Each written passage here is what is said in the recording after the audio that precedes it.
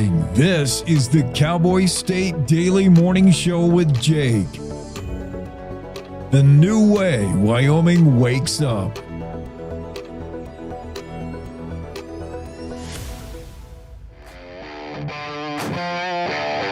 Yeah, welcome to Thursday, December 12th. Wyoming lawmakers plan for more gambling in the Equality State. Cassie's Supper Club in Cody closes. Locals hope not for good, as new ownership has piloted the historic eatery straight into the rocks. How big is an eagle's nest? Well, the largest ones could accommodate a Budweiser Clydesdale. ICE is booting 3 illegals from the country after a major pot bust. UW wants more money to pay its student athletes. Albertsons pulls out of the merger with Kroger. Both sides finger pointing, accusing each other of screwing things up. A jury agrees with a man who blurted, "I killed someone." Yes, you did. Guilty is the verdict. And a grizzly bear expert has an 11th hour change of heart. He now believes the bear is not ready for delisting. These stories and more on the Cowboy State Daily with Jake.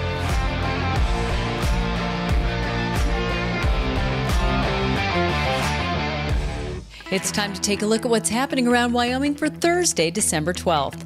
I'm Wendy Core, bringing you headlines from the Cowboy State Daily Newsroom, brought to you by the Cowboy State Daily Morning Show with Jake. From 6 a.m. to 10 a.m. Monday through Friday, Cowboy State Daily's Jake Nichols takes you deeper into the stories that matter and keeps up with the news, weather, and sports in your part of Wyoming. Just tune into CowboyStateDaily.com and join the conversation. Albertsons on Wednesday announced that it's terminating a $25 billion merger with Kroger and plans to file suit seeking billions in compensation. The merger collapse comes one day after a state judge in Washington and a federal judge in Oregon temporarily blocked the deal in a suit filed by the Federal Trade Commission and several states, including Wyoming. Cowboy State Daily's Renee Jean reports that both companies threw accusations at each other Wednesday after the deal's failure. Albertsons says Kroger was self-serving and willfully insufficient in trying to secure the merger. Kroger is saying that they were not, that it's Albertsons' fault and that they interfered with the merger process. Albertsons has actually filed suit against Kroger seeking billions in compensation for lost time, loss of share value, multiple millions spent. It's ugly. At stake between the companies is a $600 million termination fee, which Albertsons said is due immediately, but that Kroger says Albertsons is certainly not entitled to. The University of Wyoming is cautiously eyeing the future of its athletics department under a quickly changing college sports landscape. UW is requesting a one-time payment of $1.5 million from the Wyoming legislature in its supplemental budget request to help support the school's athletics department moving forward. Cowboy State Daily's Leah Wolfson reports that the request comes as a result of a $2.7 billion settlement the NCAA made in October with thousands of current and former Division I students who are seeking compensation tied to their athletic services and commercial use of their names, images, and likenesses. UW is going to have to try to find ways to raise money to try to pay the bills it needs to pay and be able to get in the athletes it wants to get in to its teams, whether that comes down to raising money for NIL or other benefits. The fact that it's seeking out money from the Wyoming legislature shows that the legislature is probably going to play some kind of role in this if they want the UW athletics program to remain competitive. UW President Ed Seidel said the Mountain West Conference, of which UW is a member, has been holding emergency meetings at an increasing frequency to deal with the dramatically changing athletics landscape. A top bear biologist, along with a coalition of environmental organizations, filed a petition Wednesday with the U.S. Fish and Wildlife Service to completely revamp the agency's grizzly management policy throughout Wyoming, Montana, and Idaho. Wildlife biologist Chris Servine told Outdoors reporter Mark Hines that the current management policy is flawed and has left the lower 48 with relatively isolated island populations of grizzlies. He's actually the one who drew up the plan, the 1993 plan, which has kind of guided grizzly bear management since. And he said, you know what? That plan is flawed. We've got the greater Yellowstone ecosystem grizzlies here, and then up here we've got the Northern Continental Divide grizzlies. From his point of view and a point of view of a lot of people, there should be continual interconnected grizzly bear habitat running all the way from Canada all the way down to the southern end of Yellowstone Park. Although Servine now opposes the idea of delisting grizzlies, there are many who favor the concept, including Wyoming's congressional delegation. They argue that the grizzly population has grown well past the numbers needed for recovery, and that conflicts with humans will only increase as the bears keep pushing out of core habitat and into settled areas. A jury took 2 hours to convict a 44-year-old Casper man who blurted out, "I killed somebody," in a prior court hearing of second-degree murder Wednesday. James Mavigliano was found guilty of beating and strangling a man at a local motel.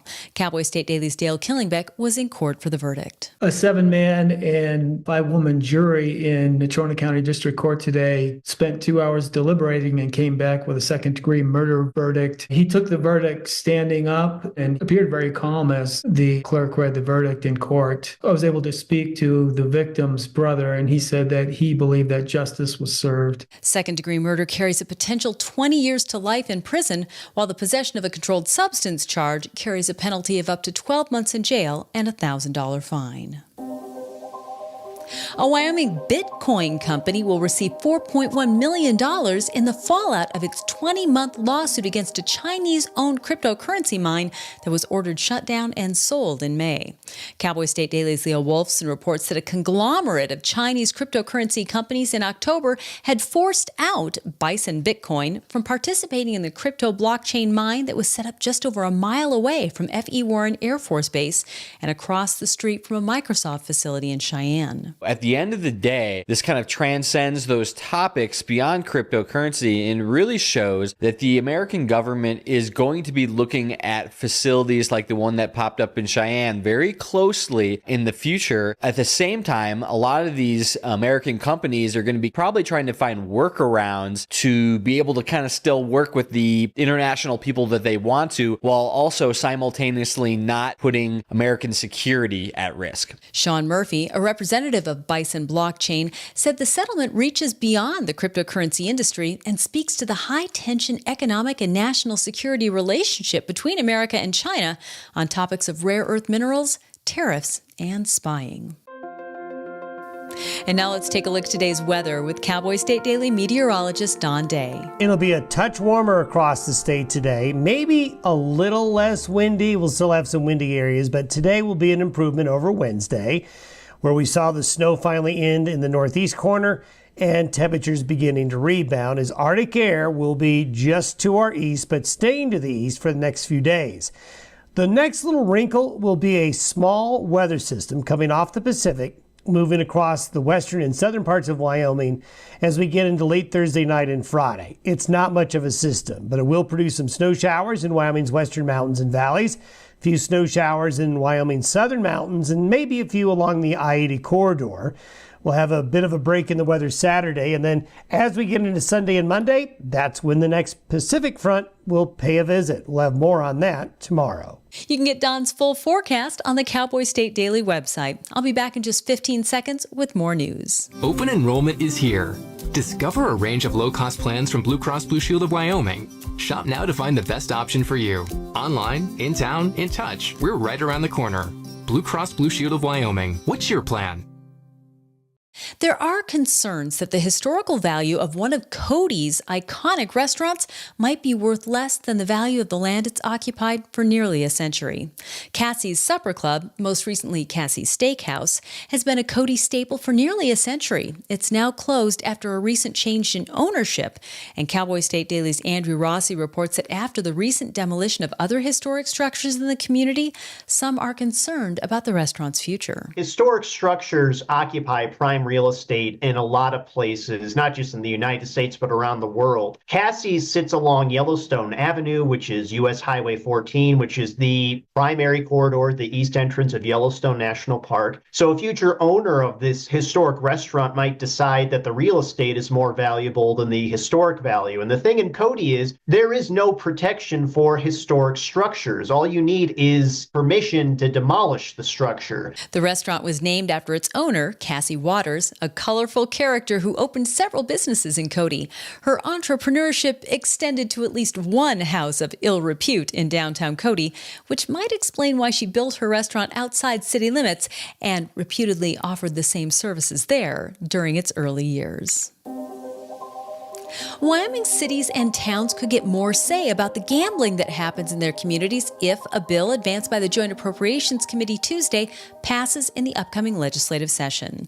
Cowboy State Daily's Leo Wolfson reports that the bill would allow city and town governments to have a say on whether simulcasting permits for historic horse racing machines are allowed in their communities. Currently, counties have full say over this, whether it happens within the municipal jurisdiction or not. And this would kind of at least provide some balance to the dynamic, although counties would still have the ultimate say in approving or disapproving these facilities. Legal gaming attached to horse racing has exploded in Wyoming in recent years and is now a $2 billion industry. A speeding truck driver from Illinois is accused of deliberately sideswiping a man's pickup and disabling it on the highway west of Gillette. The Campbell County Attorney's Office has charged the tractor-trailer driver, 32-year-old Alexander Tuttle, with aggravated assault, which is a felony punishable by up to 10 years in prison.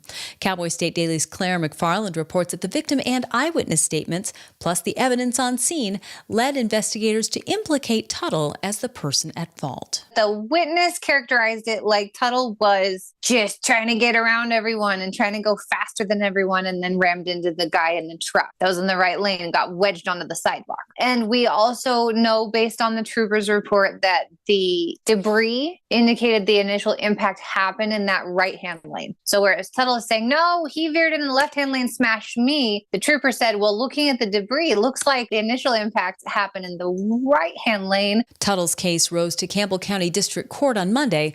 His arraignment is set for December 17th. And eagle nests can be jaw-droppingly huge, big enough for several people to sit in, and they don't get that big overnight. One popular photo shows a Park Service ranger sitting in an eagle's nest, which is big enough for several more rangers to join him.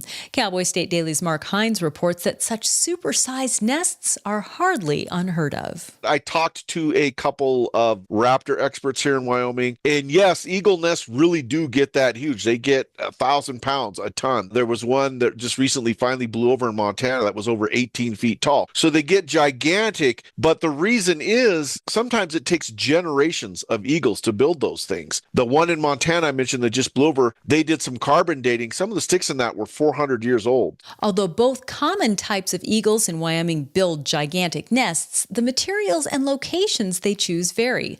Golden eagles are more likely to build nests in places such as cliff faces, while bald eagles prefer to nest in trees. Golden eagles frequently use sagebrush, while bald eagles typically use stick or pine boughs, and sometimes even deer antlers. And that's today's news. Get your free digital subscription to Wyoming's only statewide newspaper by hitting the daily newsletter button on cowboystatedaily.com. And you can watch this newscast every day by clicking subscribe on our YouTube channel. And don't forget to drop in on the Cowboy State Daily Morning Show with Jake Nichols, Monday through Friday from 6 to 10 a.m.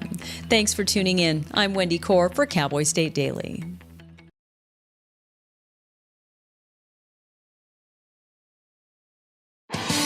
Want to stay in touch with what's happening around Wyoming? I'm Wendy Core, host of the Cowboy State Daily video newscast. From Mountain View to Upton, from Jackson to Cheyenne, our reporters are out there finding and telling the stories that matter. Every day, I talk to the talented journalists who are covering the topics, issues, and people that are important to Wyomingites. And in our daily newscast, I bring you their stories. Tune in to Cowboy State Daily video news every morning, only on cowboystatedaily.com.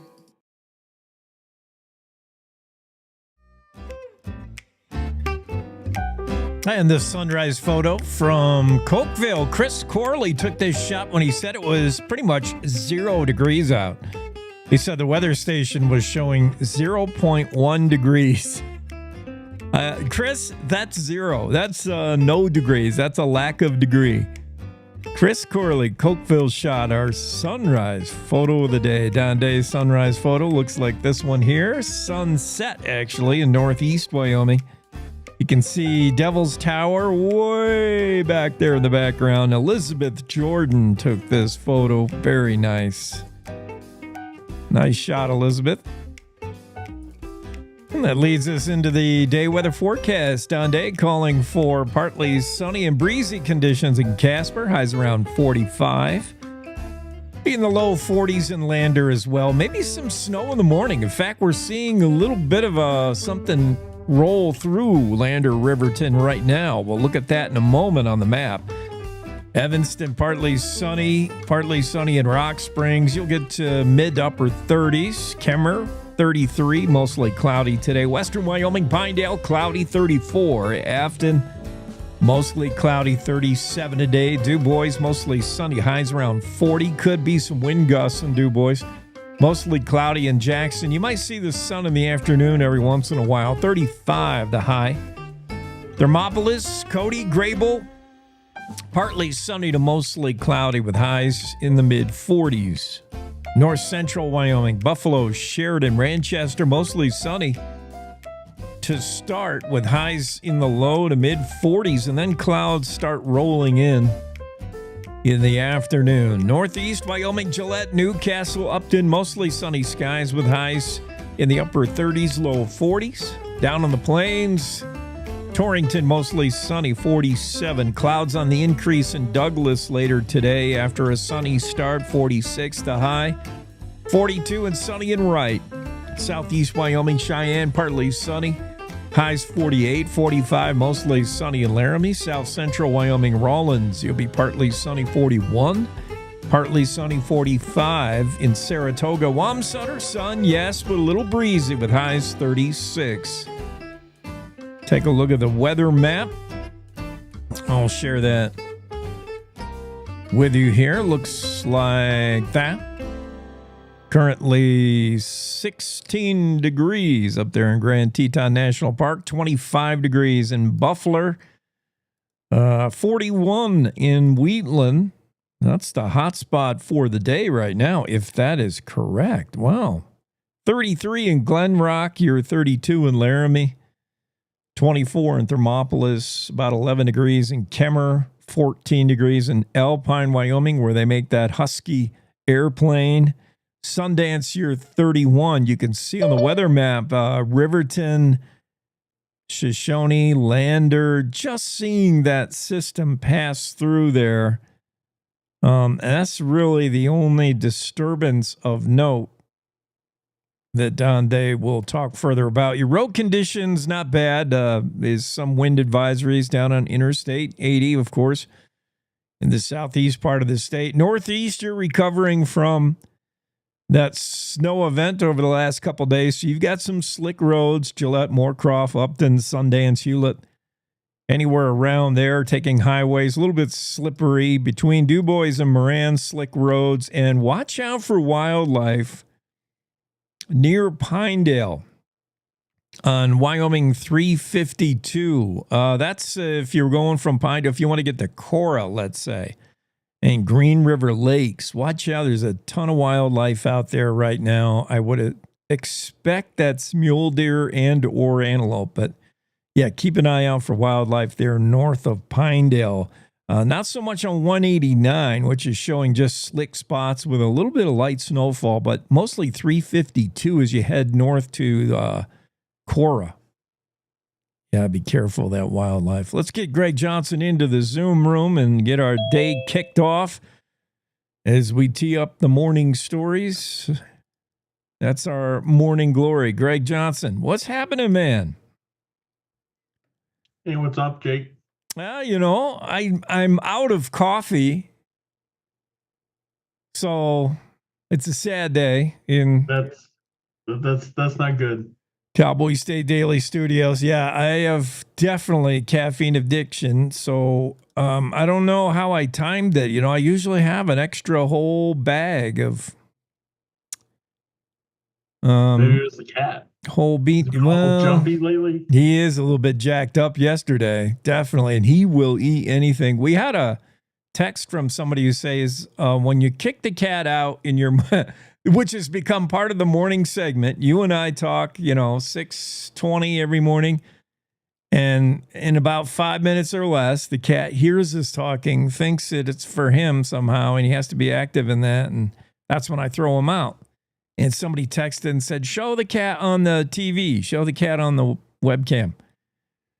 Because the cat has become a celebrity at this point. So, yeah, I'll show him if he comes around. He will soon. Does the cat have a name? Shark Bait. That was not my name. Shark Bait is the name it was given to him by a bunkhouse full of cowboy wranglers. I mean, what do you expect? Shark Bait. So I stayed with it. Yeah, that's Shark Bait. Nice. Yeah, the vet had a little chuckle over that as well. So Wyoming lawmakers thinking about more gambling, maybe a bill on Tuesday that would allow cities and towns to make decisions on whether they want to have historic horse racing or gambling. Currently, that's the counties that get to decide that. But what if the county says no gambling in this county, and a town said, man, we really want gambling? Maybe lawmakers trying to push that through.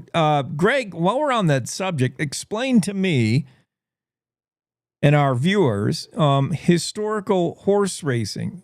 When folks go to gamble on these machines, you're gambling on a horse race. Now, in some places, that would not be legal, an off-track betting or to gamble on a horse race. It's not legal, but it is made legal for one particular reason when we're talking about historic horse racing, HHR.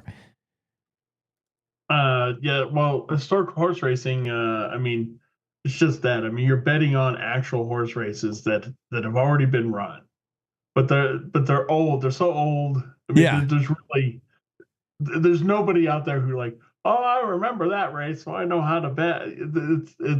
It's not like that, and it's not like they're famous races or anything like that. So, but they're actual. It's actual races, so that there's no, people can't set up a different winner or anything like that. You can verify that these are the actual results of what these races were. So yes, so theoretically and in reality, the gambling aspect has been removed. You're not gambling because it's a done deal. We know who won. There's no gamble aspect to it. It's they call it that's the thing. They get touchy about that. If you call it gambling, they say no, it's gaming. But it's gambling. You're betting on something you have no clue on. You're making a guess. But the element of chance.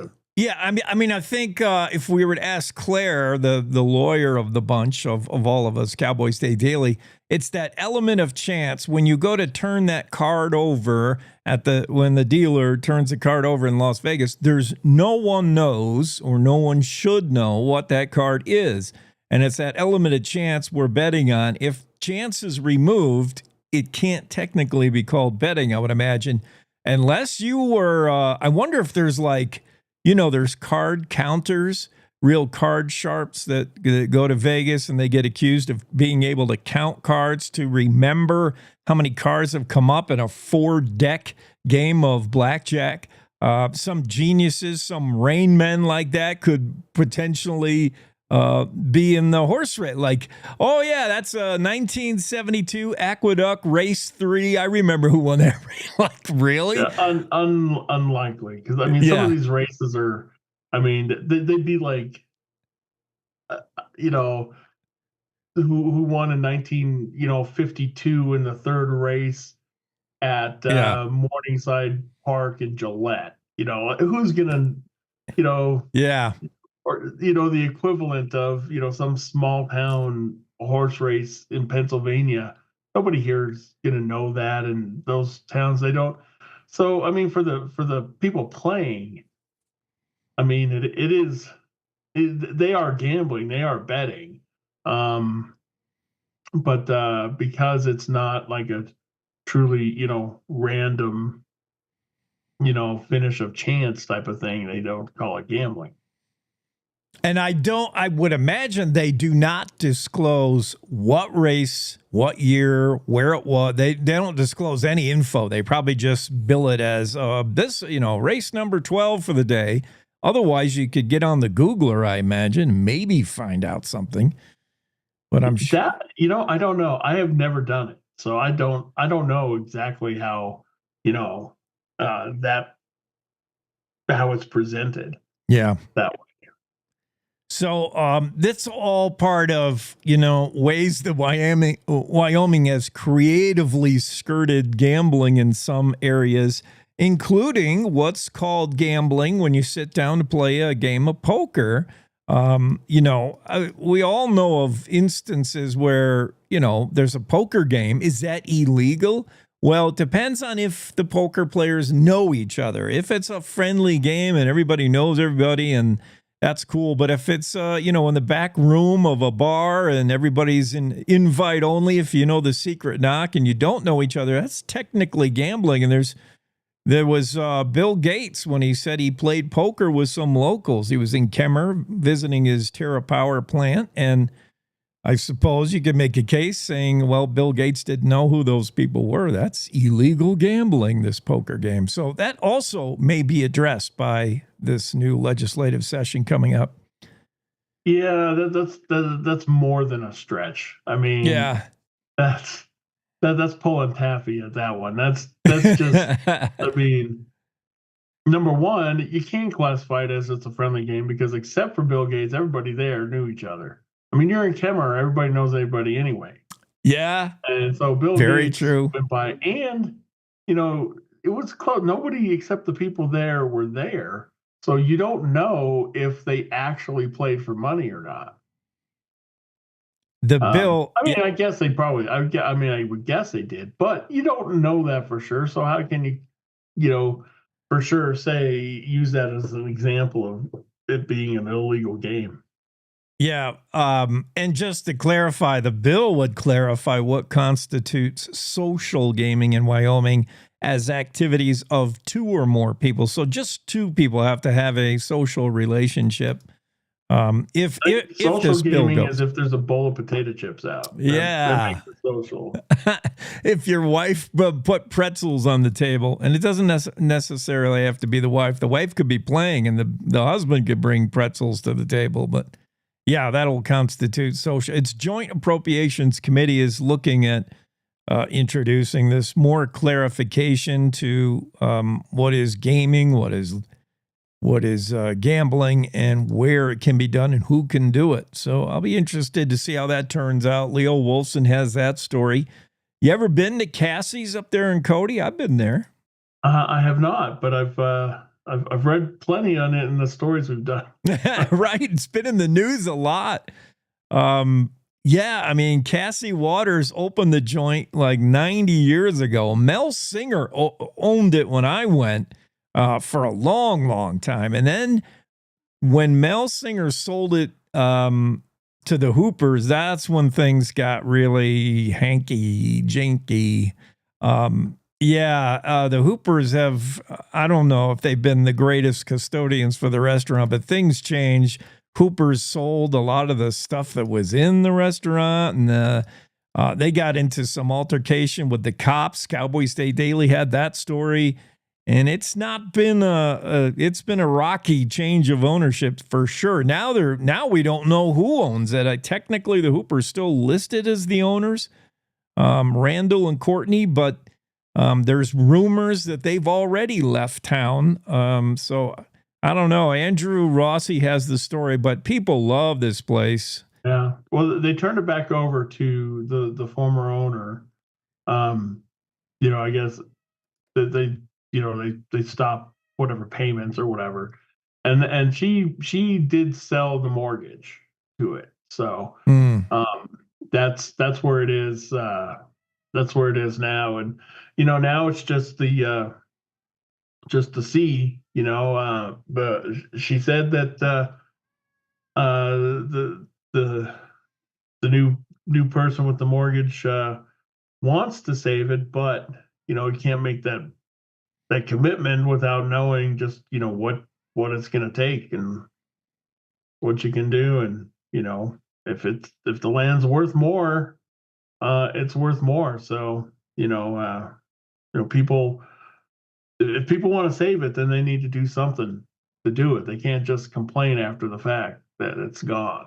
So yeah, and Jackson is dealing with the same issues. Cody, Jackson does have in place some historical board, and they can declare certain places historic, and therefore there can be some effort to save them. But when someone owns, especially the land, especially with Cassie's, it's not just a small little footprint restaurant. That is actually a significant square footage, and that makes it really attractive to a developer, and suddenly a restaurant's not penciling when you purchase that property. And yeah, I fear that Cassie's is not going to pay the bills anymore, but we'll see. It was a great place. It is a great place. I hope it reopens. Hope we can get some continuation of the old Cassie's Supper Club.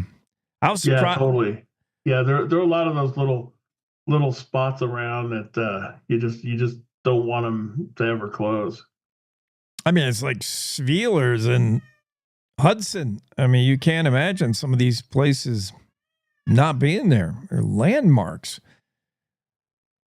Mark Hines has a story about Eagle's Nest. They can get pretty big. I know where I can find one. I know there's one I go, and it's always there. It's been there for decades, probably longer. And the longer they're there, the bigger they get, I guess. Eagles just keep adding to their nests until they're too big to be supported in the tree. They might come crashing down. These Eagles nests get big. Eagles like a lot of room, I guess.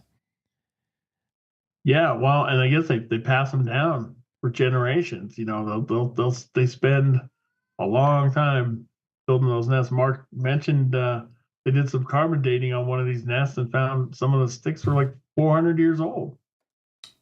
I don't believe in carbon dating, by the way. Oh, you don't? That's just me. No, I don't. How do you date things? Everything has rings and you have to count them? Perhaps. Nothing dates back farther than Genesis and 4,000 or 5,000 years. I don't believe anything when they say millions. I'm like, nope, I'm not buying it. These rocks are billions of years. No. I'm not a flat earther, but I do have tinfoil hat. So you don't think, okay. So 400 years is too far back for you? No, not necessarily. In the case where they say this boulder is dated to 2 billion years, I say, no, it's not. Nothing's been around that long. But in this case, because I believe the carbon dating is flawed, the way there's got to be something wrong with the math. The rate at which carbon will decay in something is measured, and therefore scientists can date a stick to 400 years. The stick might be 400 years old. That could be legit. It's not 400,000 years old. I don't believe that. But I just think carbon dating is flawed. I think there's something wrong with the math. Come here, Kat. If you're going to cry, get over here and get on TV. And then you're going out the door. Anyway, what else is going on? What's newsworthy? Well, I guess it makes it more difficult to find someone innocent if they blurt out, I killed somebody. Yeah.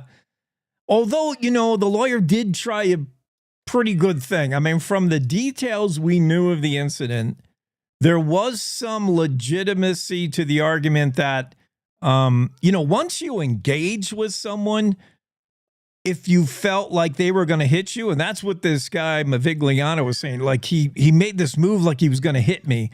But meanwhile, the prosecuting attorney said, you admitted to being so high on meth, you didn't know what was going on. So I don't know about that. But he said that, the guy made a move to hit me. So even though it was the accused and now convicted that threw the first punch, once you're engaged, there is, I can believe that you're unwilling to break off hostilities if the other guy feels strong and won't stop fighting. Then you might get to a certain point where you do fear for your life, even though you're the one that started it. You're the aggressor. You're the boxing expert, supposedly, and you're equipped with a lamp and a cord. I still could see where I didn't stop fighting him because he wouldn't stop. And then, then you don't stop till the air comes out of the guy, as the quote goes. But I mean, they were both making, both sides were making arguments about being on meth. And, that's not an excuse for somebody being dead. Well, I didn't know what I was doing because I was on meth. Well, that's... I mean, in my mind, that doesn't negate the guilt at all. No, and I mean it's the same argument with booze. I mean, you look at a police blotter in anywhere USA, and 90% of the things you read in the police blotter, when this happened, there's alcohol involved, there's meth involved. I know. Yeah. But a few fun more details came out in that story. Fun, not for the victim, of course. Chance is, nothing's fun for him and his family. But this case just so wacky. We did find out that the reason why Chance felt disrespected in the hotel room, there were more answers came out in the Dale Killingbeck story that it just didn't make sense to me. But I guess the guy in the hotel room was told, you can't smoke in there and you can't have guests. So here comes Mavigliano with this chick Amber, who blacks out, can't remember. And they both whip out the crack pipe and start going at the meth. And apparently Chance did not partake and said, hey, you can't smoke in here. You're disrespecting me and the rules that I have to follow. I'm not supposed to have guests either. So, now I see why he's like, wait a minute. Put the meth away. Nothing good happens once you start smoking the peace pipe. No, nothing. I was reading some national news about these Venezuelan gangs that Trump claims are like getting in all over the country. We heard about the one that took over an apartment complex in Aurora, Colorado. Apparently, they're in an estimated, police say, 17 states. There's evidence now they were just doing crime in Fargo. So they're in, what's Fargo in? South Dakota or North? North, right? North. Yeah. They were just in Fargo doing some crimes. So Venezuelan gangs and illegal immigration obviously is shot to the top of the list of priorities for the incoming president. And is that going to ramp up deportation activity? Is that going to are we going to hire like twice as many ICE agents?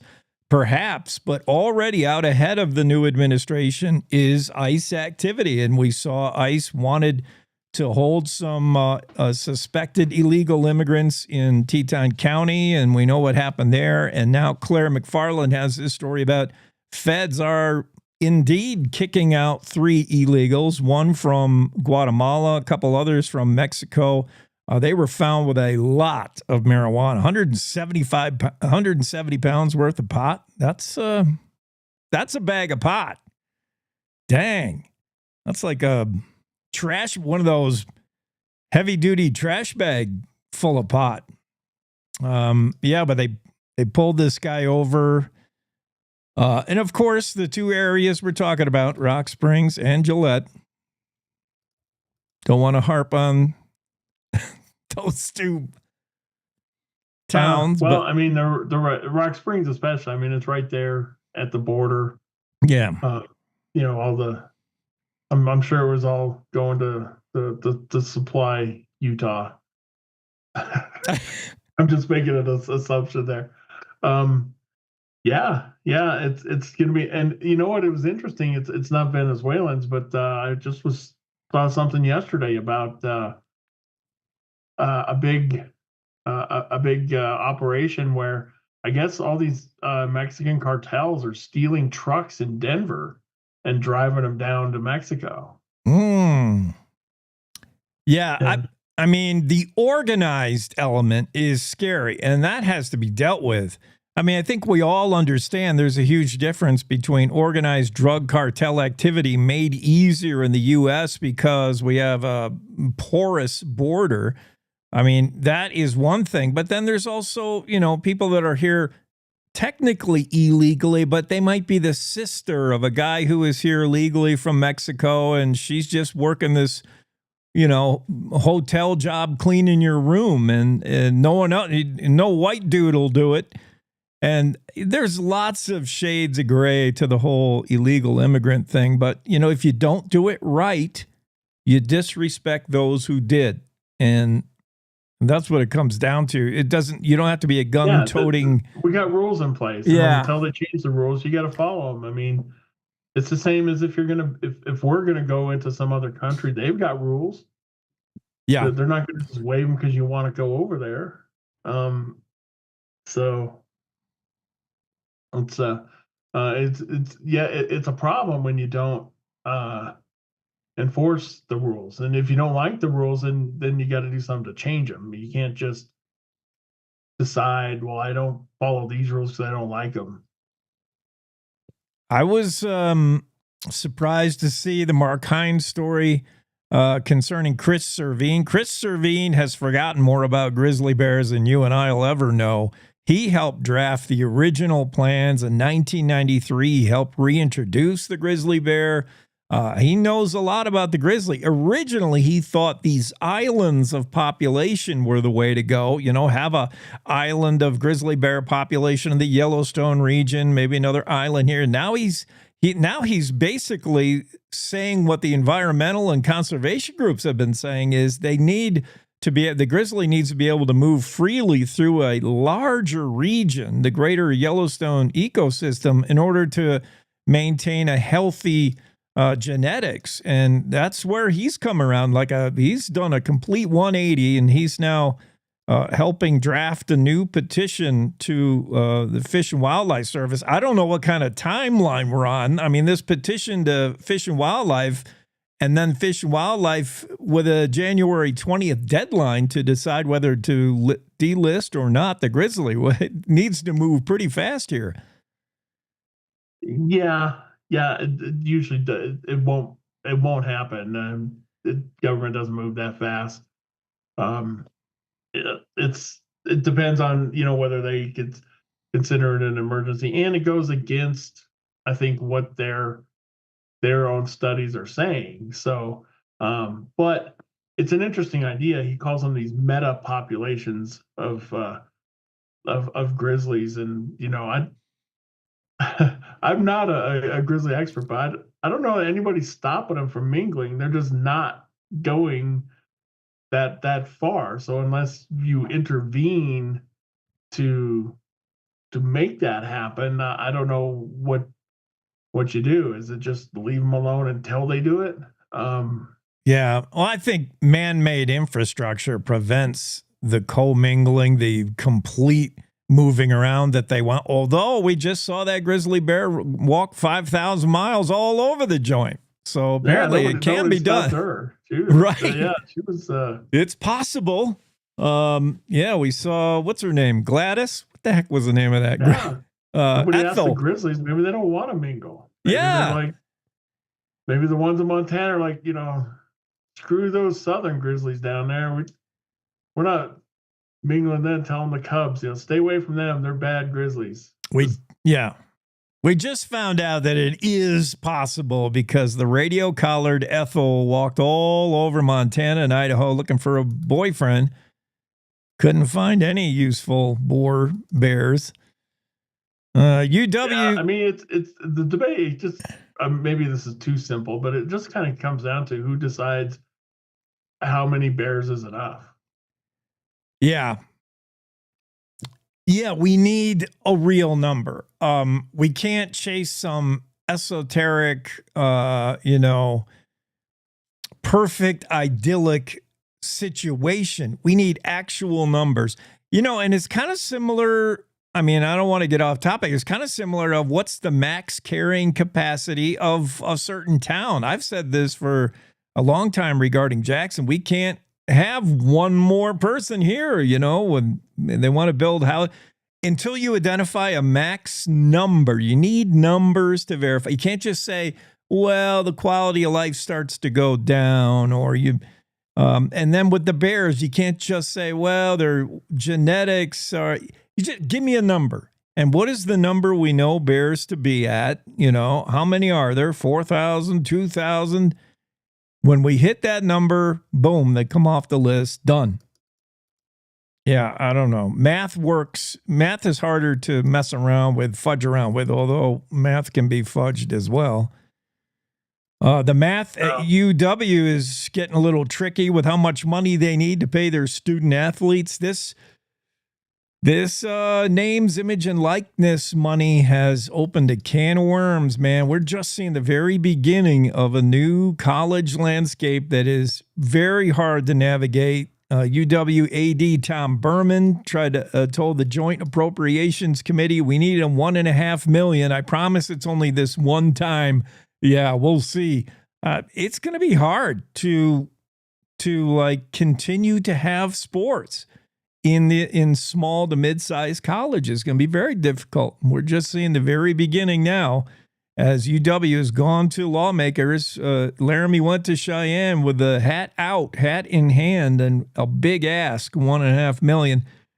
And I think just charge another $5 for the hot dogs. I mean, if someone's already willing to pay $10 for a hot dog, then they obviously don't care how expensive it is. So just make it 15. And all right, yeah, that'll raise some. Bam, we've solved that. And we're solved. Problem solved.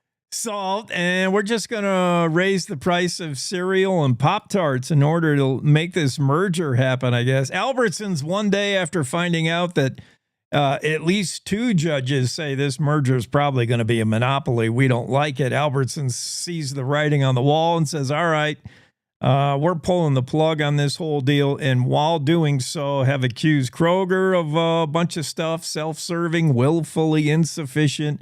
Meanwhile, Kroger is coming back with their own accusations, calling Albertsons, saying they interfered with the merger process. They're both pointing fingers now and both suing each other. So the merger's out, but the whole dust-up is not over. Renee Jean. They'll sue themselves into oblivion. And someone else will. That's funny. Will come in. Yeah. What yesterday they were ready to come together and group together. Hatfields and McCoys were ready to handshake and be one big happy family. And the next day they're at each other's throat. It's so weird. Renee Jean has that story in the Cowboy State Daily. Go read that one. Anything else you like?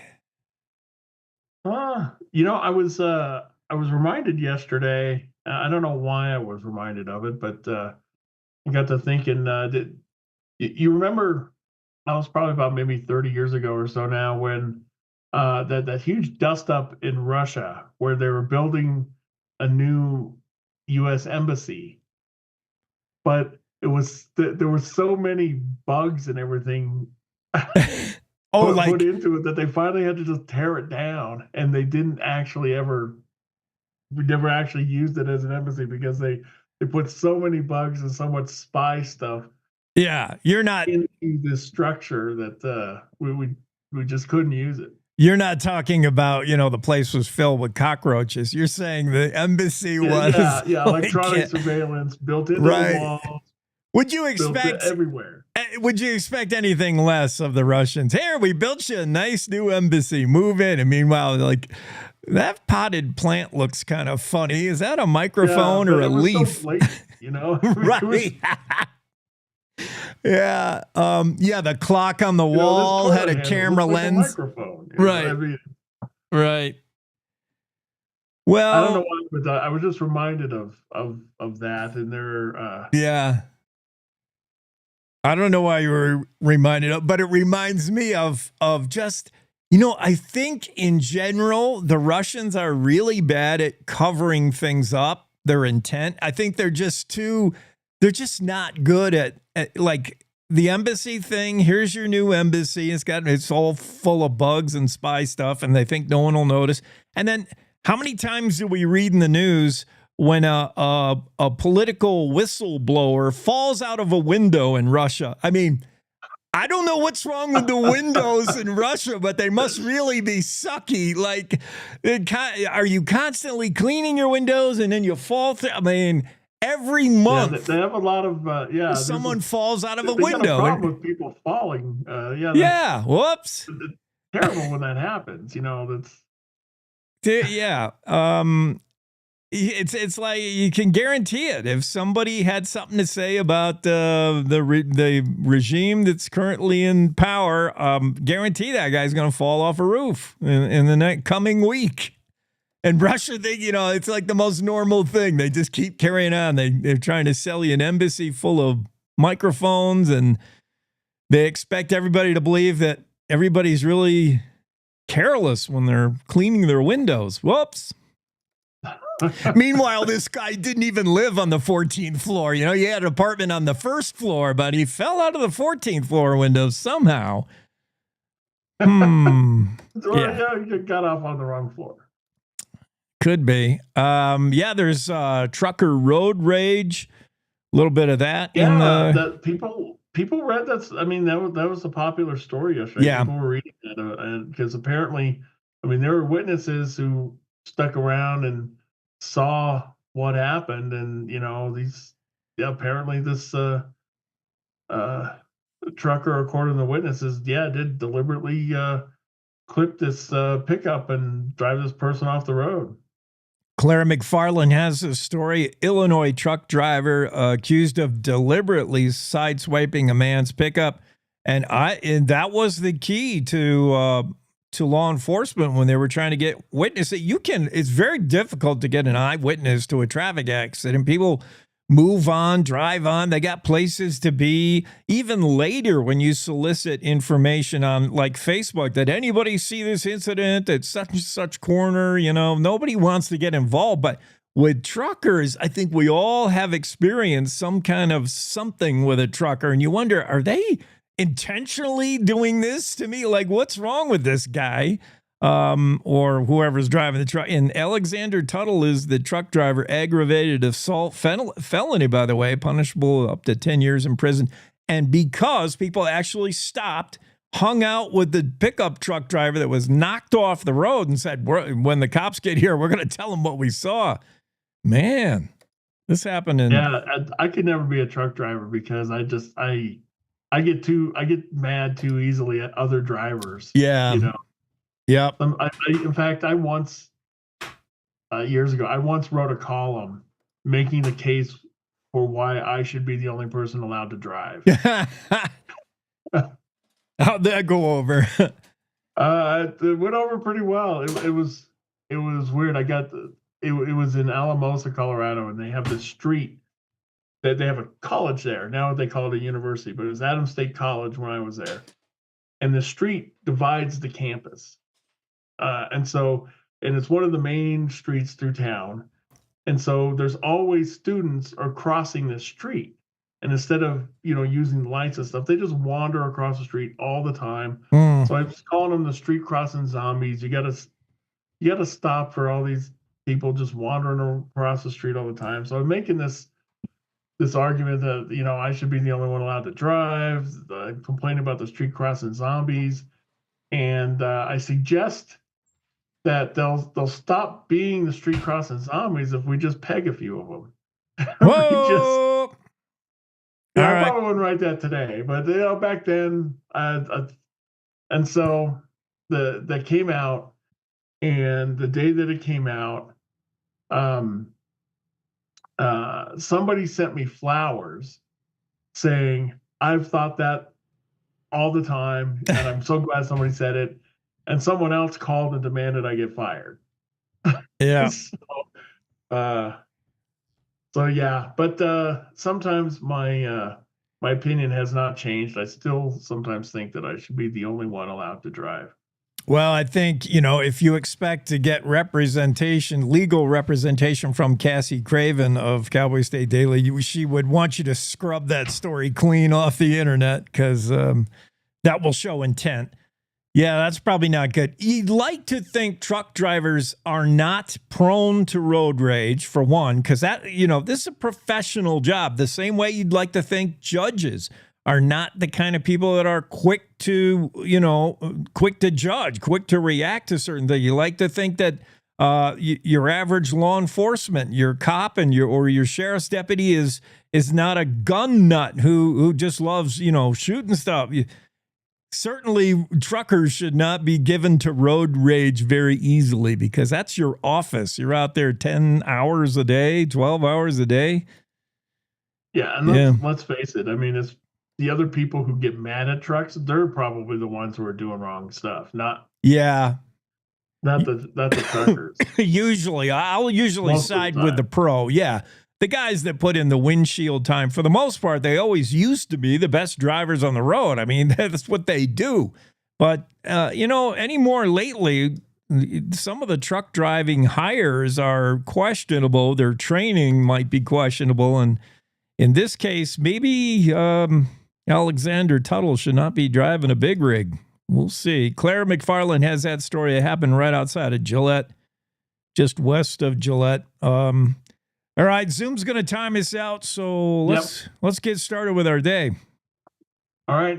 See you later, Jake. All right. See you, Greg. Greg Johnson joins the Zoom room, Cowboy State Daily, every morning to tee up our stories. We got a lot that we're going to sift through today, including a Bitcoin story. It's been explained to me dozens of times, and I still can't understand how anybody makes money with blockchain technology. I don't know what it is or how you turn it into money.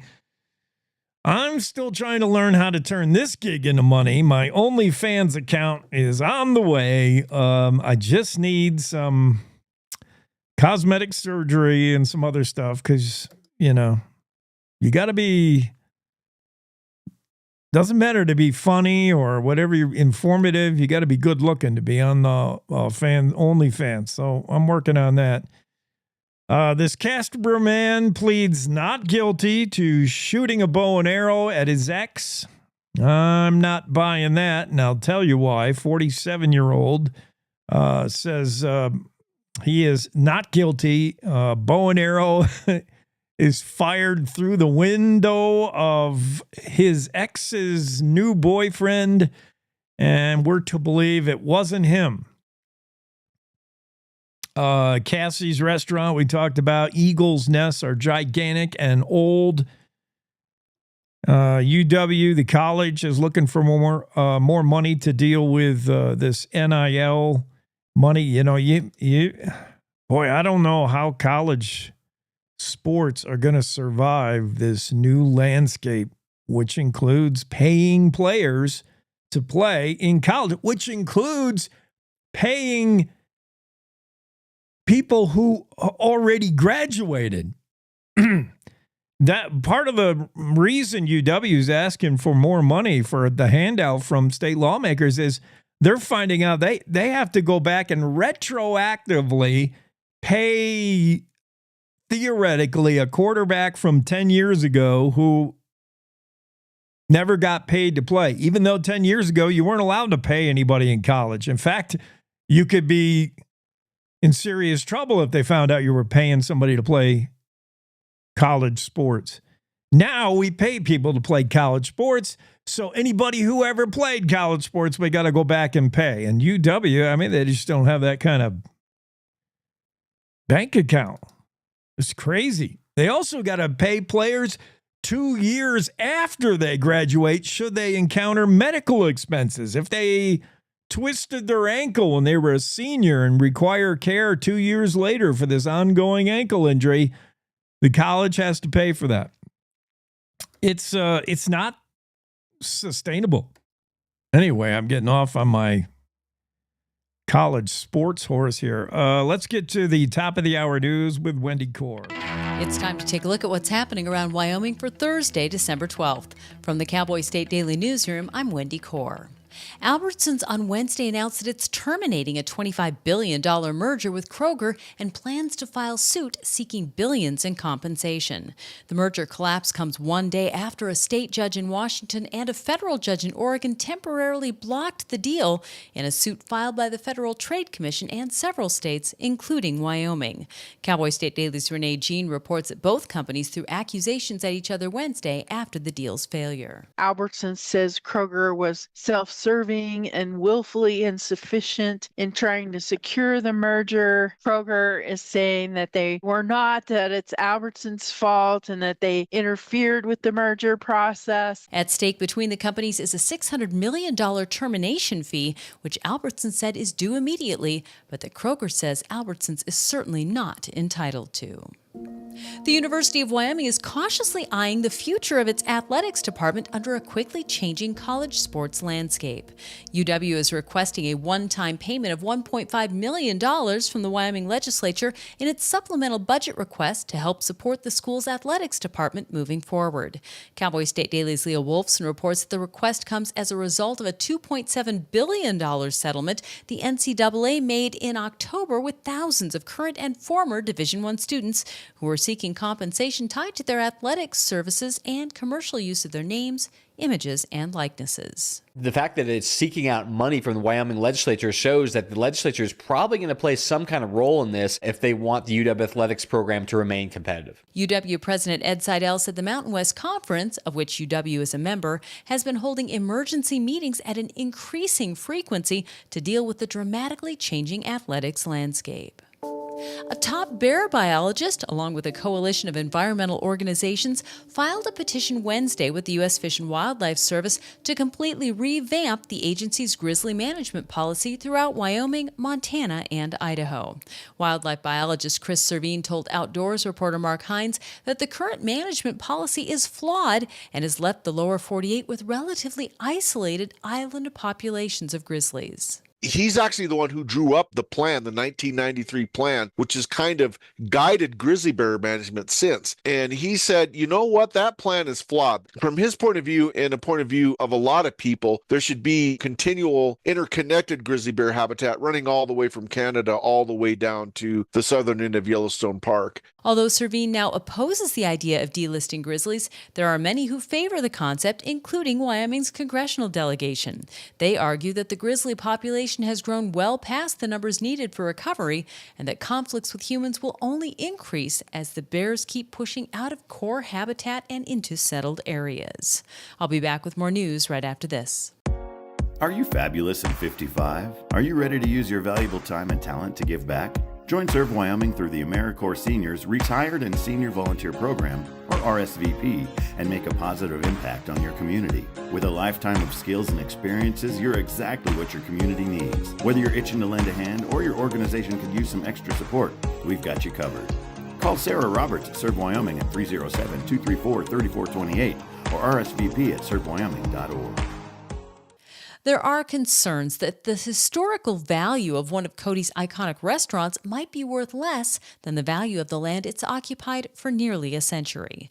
Cassie's Supper Club has been a Cody staple for nearly a century. It's now closed after a recent change in ownership, and Cowboy State Daily's Andrew Rossi reports that after the recent demolition of other historic structures in the community, some are concerned about the restaurant's future. Cassie's sits along Yellowstone Avenue, which is US Highway 14, which is the primary corridor, the east entrance of Yellowstone National Park. So a future owner of this historic restaurant might decide that the real estate is more valuable than the historic value. And the thing in Cody is there is no protection for historic structures. All you need is permission to demolish the structure. The restaurant was named after its owner, Cassie Waters, a colorful character who opened several businesses in Cody. Her entrepreneur entrepreneurship extended to at least one house of ill repute in downtown Cody, which might explain why she built her restaurant outside city limits and reputedly offered the same services there during its early years. And that's today's news. Get your free digital subscription to Wyoming's only statewide newspaper by hitting the daily newsletter button on cowboystatedaily.com. I'm Wendy Core for Cowboy State Daily.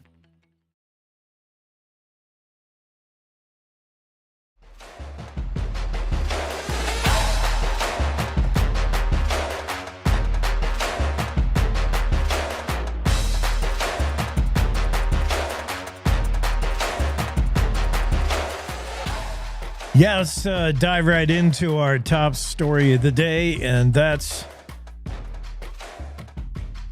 a proposal that would give Wyoming cities and towns more control over gaming machines. Are we going to open up gambling a little more in the Cowboy State? The Joint Appropriations Committee advanced a bill Tuesday that would allow cities in Wyoming to decide if they want historical horse racing in their communities. Another bill would allow operators to broadcast local horse races nationwide. Now, these are two separate things Wyoming is trying to do, so let's keep them separated in our mind. When we're talking about historical horse racing, Greg and I were talking about it last hour. For folks who don't know, I didn't know about this till I came to Wyoming. But what we do in Wyoming, and Wyoming's not the only state, as a way to, I don't know if we're circumventing or trying to take a shortcut or make a workaround gambling. But I know that one of the ways in the state, a creative way to call gaming technically not gambling, is for people to bet money on historic horse races, sometimes known as HHRs. And historic horse races are horse races that have obviously already happened. And when you think about the history of horse racing going back, I don't even know how far, at any racetrack in the country, that's a lot of horse races. Plenty of horse races to draw from historically. So there's no shortage of material. So you get in front of a console or a game and you bet on a horse race, just as if you would bet on if it was an actual real-time live stream horse race. You're betting on the ponies. Now, that would be considered gambling because it's a game of chance. We don't know who's going to win the horse race. We don't know if it's going to be horse number 1, 2, 3, 4. But if the race has already happened, a winner has already been determined, it's technically not gambling. Okay, there's 45 historic horse race locations around the state of Wyoming. 42 of those are located in cities. And the problem to this point, so say some lawmakers, is the cities did not get to decide whether they get the historical horse race location betting parlor, whatever you want to call them. It's been a decision up until now that has rested with solely county commissioners. The county decides whether the county wants an HHR and where it wants it. So if Sweetwater County says we want an HHR and we're going to put it in Rock Springs, the Rock Springs City Council has no say in that matter. Transversely, if Rock Springs wanted a HHR and Sweetwater County said, nah, we don't want any of them historic horse race things in the county, then Rock Springs doesn't get their historic horse racing location. So this is what the bill would propose to do, is to allow cities and towns to make their own decision. They don't need the county commissioners. There's been a little bit of pushback. I don't understand the one argument on the pushback that I read. Let me try to find it. I know one lawmaker claimed it would be confusing. I don't see the confusing aspect. State Rep Clark Stith out of Rock Springs, speaking of Rock Springs, indicated he doesn't find the arrangement to be fair, and it's just I see. Oh, he doesn't like the way things currently exist. Okay, makes much more sense. Sorry. You should have read closer before I went on the air with this. Clark Stith represents the argument of this bill that says currently it doesn't make sense. Stith said if the machines are in a city, then you have to have the approval of both the city council and the county commissioners. But if these machines are located in unincorporated areas of the county outside city limits, then you just need the county commission. The city has no say. All right. Kyle Ridgway, president of 307 Horse Racing, said this bill could create a dynamic that's ripe for litigation. Yeah, I might have just further confused let's have Leo Wilson talk about it. Leo ought to know about his own story, right? Here's what Leo has to say about what's going on with this proposed legislation being looked at by one of the high-ranking committees in the legislature. Wyoming cities and towns could get more say about the gambling that happens in their communities if a bill advanced by the Joint Appropriations Committee Tuesday passes in the upcoming legislative session. Cowboy State Daily's Leo Wolfson reports that the bill would allow city and town governments to have a say on whether simulcasting permits for historic horse racing machines are allowed in their communities. Currently, counties have full say over this, whether it happens within the municipal jurisdiction or not. And this would kind of at least provide some balance to the dynamic, although counties would still have the ultimate say in approving or disapproving these facilities. Legal gaming attached to horse racing has exploded in Wyoming in recent years and is now a $2 billion industry. Whenever you refer to billion, aren't you required to say that's billion with a B? Just in case people aren't listening carefully. Yeah, that's billion, 2 billion with a B. I'm not sure that clarified things for me, but maybe a little bit. Joint Appropriations Committee advancing a bill Tuesday that would allow cities to determine for themselves, cities and towns, whether they want this historical horse racing going on. And whether it's a county or city decision, to me, is not the most interesting part of the story. The most interesting part of the story is the creative way that humans have found to get around things. And I've always been fascinated with that when, there's counties and towns where you cannot legally bet on horse race. You could not legally have an off-track betting on a horse race that was happening, maybe somewhere in Wyoming, maybe outside of Wyoming, but a horse race that was happening, that day. I got Silky Maiden in the third to show. You couldn't bet on a horse race that was happening that day. In some places where legal gambling, where gaming is illegal, gambling is illegal. But all of a sudden you can bet on the ponies if the race already happened. And when that was first explained to me, I thought, well, that's stupid. If the race has already happened, then we know who won. How could anybody ever lose betting on a race that's already happened? Well, that's because of the database you have to draw from and the fact that there's no way they will tell you. I don't know. Greg didn't know, and I don't know. When you go to one of these historical horse races, does anybody know? Please, give me a text if anyone's done it. But I can assume they don't tell you where the race is from.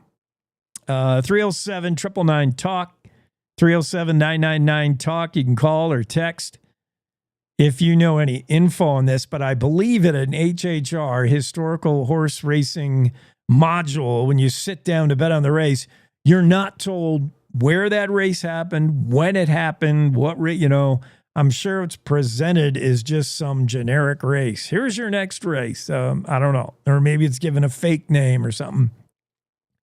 But there's no way they would tell you when and where the race happened, or you could look it up. Obviously, the Googler knows all. Siri could find out. Siri would be rich betting the horses because she knows everything that ever happened. So that wouldn't work. There's no way they could give you that kind of info. But when you think about, there's horse racing is definitely on the downswing nationwide, which leads me to our next part of this story. But horse racing's not what it used to be, but still, it used to be significant enough. There were several high-profile, dozens, hundreds of high-profile racetracks throughout the country and running a card every day. So you can imagine how many races you have over the decades to draw from. More races than you need. And no one would know. Even if you referred to the horses by their name, their actual names, which they probably don't in this gaming thing. Anyway, though, with the decline of horse racing across the country, Wyoming believes as a state that it could be uniquely poised to step in the gap there, step in the void, and bring horse racing to the world. The committee also passed a bill Tuesday that would allow Wyoming thoroughbred horse races to comply with federal regulations. The bill created a tax system and a way to do legal thoroughbred horse racing because there's a big new track being proposed right outside of Cheyenne, right? We just heard about that story in the Cowboy State Daily.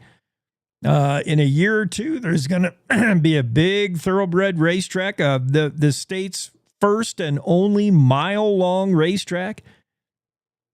That'll be thoroughbred racing. And in an era where the horse racing industry is shrinking nationwide, Wyoming has an opportunity to fill the void,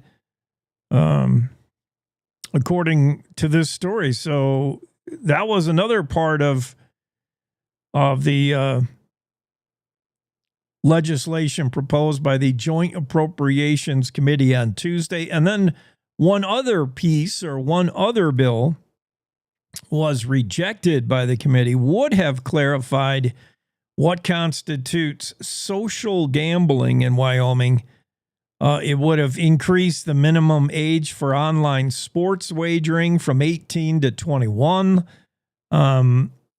But it would have better clarified when and who can sit down to a friendly game of poker. According to the story, there were some people arguing that billionaire Bill Gates was performing an illegal activity when he came to Wyoming last summer for the groundbreaking of the TerraPower nuclear plant in Kemmer. While there, he reportedly played poker with some locals, just trying to show he was one of the people. And there were some saying, well, technically, since he doesn't know the people he was playing with, it's not a social gaming situation. That's gambling. And the Appropriations Committee would have clarified that a little better, but that bill got shot down. So already seeing some committee activity leading into the general session coming up that may make it a little easier to get historic horse racing going anyway. Let's get Don Day's take on that. A weather guy ought to know a little bit about that. We'll get Don Day into the Zoom room and X our Cowboy State Daily weather guy. Although we don't own Don Day. Don Day forecasts weather all over the joint for dozens and dozens of radio stations. Everybody wants to claim that Don Day's theirs, and so do we. But he's his own guy. Although we will continue to bill him as Cowboy State Daily's meteorologist. Don Day, what do you think about that historical horse racing? You ever sat down in one of those terminals and bet on a race? I haven't done that yet. But it's, the joke around where I live is like every corner now has a new coffee shop and a new horse place. Yeah, it's just so interesting to think you could get around gambling by saying it's not gambling because the race has already been run. There's already an outcome. You just don't know what it is. I would get on the good. I mean, and I would think I would take you with me, talking about someone who can see into the future. You're my guy when I go to the horse track and bet the ponies. I mean, you know what it's going to happen in 3 days from now, weather-wise. I'm sure you know who's going to win the next race at the racetrack. That should be easy. I wanted to talk to you about weather phenomena. I was looking up, like, tornadoes in Wyoming. Tornadoes can't happen in Wyoming, right? Or have they? Oh, they do. Yeah. Okay. Yeah. Especially in the eastern side of the state. All right. Wyoming doesn't have a lot. I'm seeing on average 6 tornado days per year. What's a tornado day? That's a good question. Yeah, be careful with statistics. Statistics. You can monkey around with them and come up with anything you want. But tornadoes do happen in Wyoming. Wyoming is really on the far western edge of, you always hear about Tornado Alley. But if you get into the eastern counties of the state with Nebraska and South Dakota, then the southeast corner near the Colorado border, the frequency of tornadoes there is actually pretty high. But as you get into the central and western parts of the state, tornadoes happen, but they tend to be much weaker and smaller. But we had a big tornado go through parts of Grand Teton National Park one year, taking out a lot of trees and causing a lot of downfall. So they do happen, but the tornadoes are a different animal here compared to what you have in the Midwest. That's for sure. Yeah, and I do remember hearing about that. That was a rare high elevation tornado that hit our neck of the woods here in western Wyoming. What about other things that can knock trees down? And I've seen these happen. I've seen evidence of them happening, and I think I've even been in one. These microbursts. What about those where the wind just comes like down, just in a real isolated area? What is a microburst? Is it the same thing as a downdraft or wind shear that pilots talk about? What is it? Yeah, it is a downdraft in the sense that air is sinking. Air is sinking from the base of a cloud, usually from a rain-producing cloud, or we get a lot of it around here called virga, where the rain evaporates at the base of the cloud. And evaporation is a cooling process, so the air underneath a rain cloud is always going to be colder. And if the conditions are right, that cold air literally just drops to the ground and then will cause that burst of wind. Then keep in mind, when you push air through what I call complex terrain, canyons, mountains, river valleys, when you squeeze air, it's like putting your thumb over a garden hose, it accelerates. So you get these very turbulent bursts of wind that will knock trees down, rip roofs off, take porta potties into the next county. I mean, they happen fairly frequent around here, and we'll tend to get them really any time of the year. But the isolated microbursts tend to be a warm season situation when we get these afternoon showers and thunderstorms. Any tornadoes today? Microbursts? No tornadoes or microbursts today. Just good old-fashioned Wyoming wind. But even the wind today, down from where it was yesterday. Okay. And then one last thing for our forecaster with the crystal ball. What do you think about this? Give me a thumbs up or thumbs down. I'm thinking about tornado in the third. He's running at 4-1 odds at Aqueduct today on a muddy track. I mean, that's got to be a sign, right? Tornado? You got to love that. Sometimes, you just bet the horse that's got the best name. Go for it. I'd like to think that's not how you're forecasting our weather, though. I'm sure it's not. No, I've got a big dartboard over here. It's just off camera. a dartboard and a host of European models. I someday I'm going to have to come over and check out your headquarters. It sounds like a weekend's worth of. Yes, you could come over and meet my European models. Correct. Right. Thanks, buddy. Have a great day.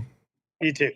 Don Day with the day weather forecast. Yeah, it's going to be a little bit windy. And then, pulses of stuff coming through the state.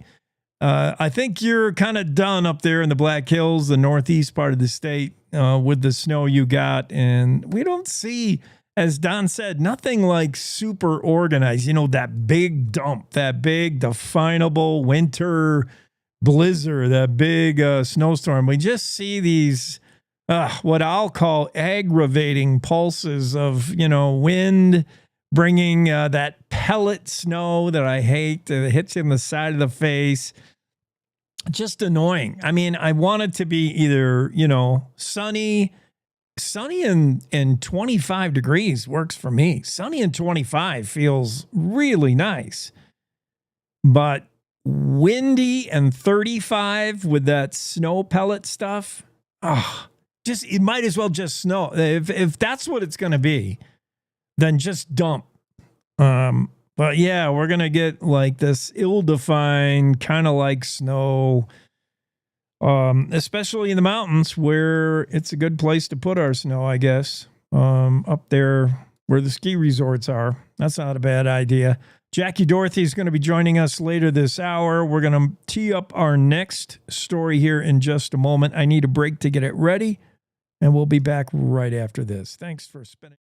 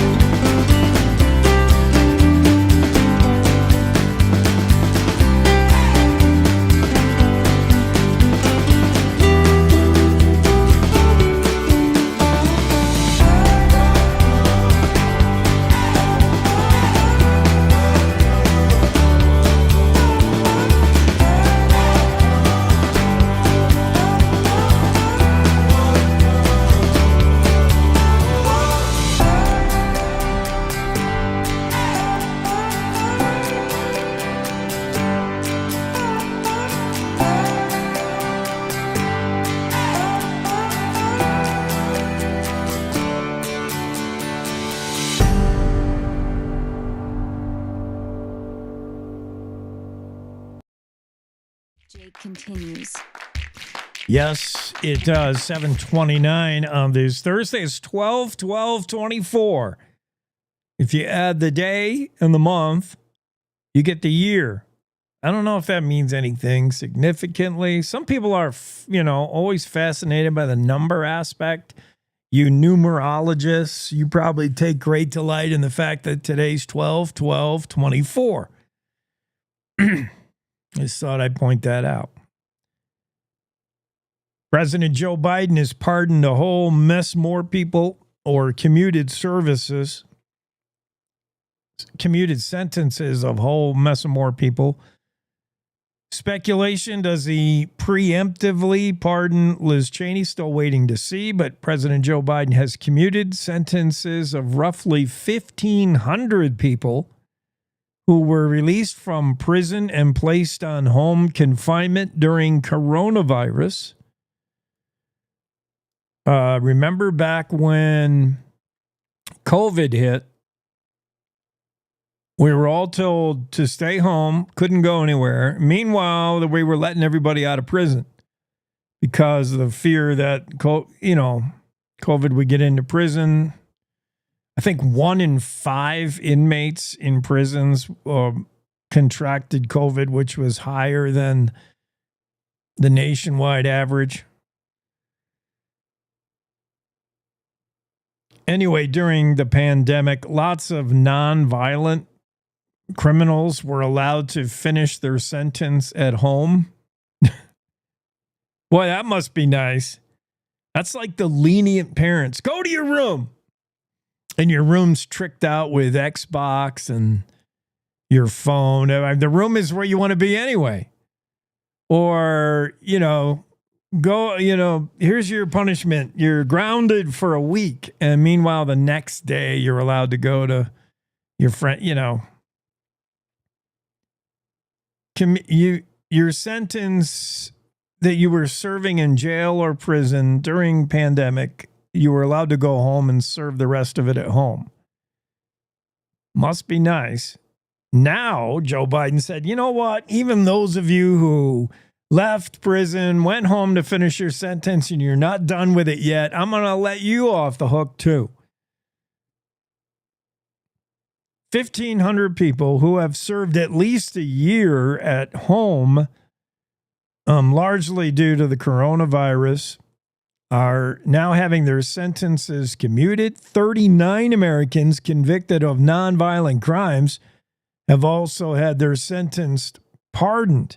It is the largest single-day act of clemency in modern history and makes Barack Obama's jailbreak look like nothing. Barack Obama let 330 go on his day of clemency shortly before leaving office in 2017. 330. Try 1,500.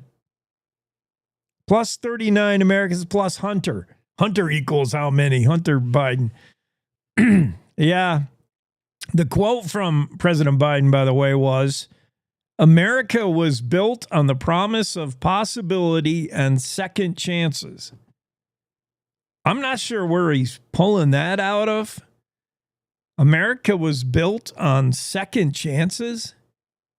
I don't recall that in the Constitution or the Declaration of Independence or really in any rhetoric or history I can remember reading. America was built on second chances. I mean, America was maybe built on the promise of possibility, certainly, looking to get out of the clutches of England and more oppressive government. Built on second chance. Is this a country of, we'll forgive that crime, we'll give you a second chance? I don't know about that. Anyway, Biden continues with his quote, as president, I have the great privilege of extending mercy. There's only one person that can give mercy completely, and it's not the president. But all right, in an act of mercy, President Joe Biden commuting sentences of about 1,500 people, pardoning 39 others in addition to Hunter, all because he's a president of second chances and the giver of mercy. How many of those pardoned and commuted are going to go on to do something bad again? I'm for serving your full term, not for early release. Anyway, we jump from that to this story about Cassie's. I love this place. I've been there once, only once, and it was fantastic. Cassie's Supper Club, later known as Cassie's Steakhouse. Gone through a few names, but it's always been the same place.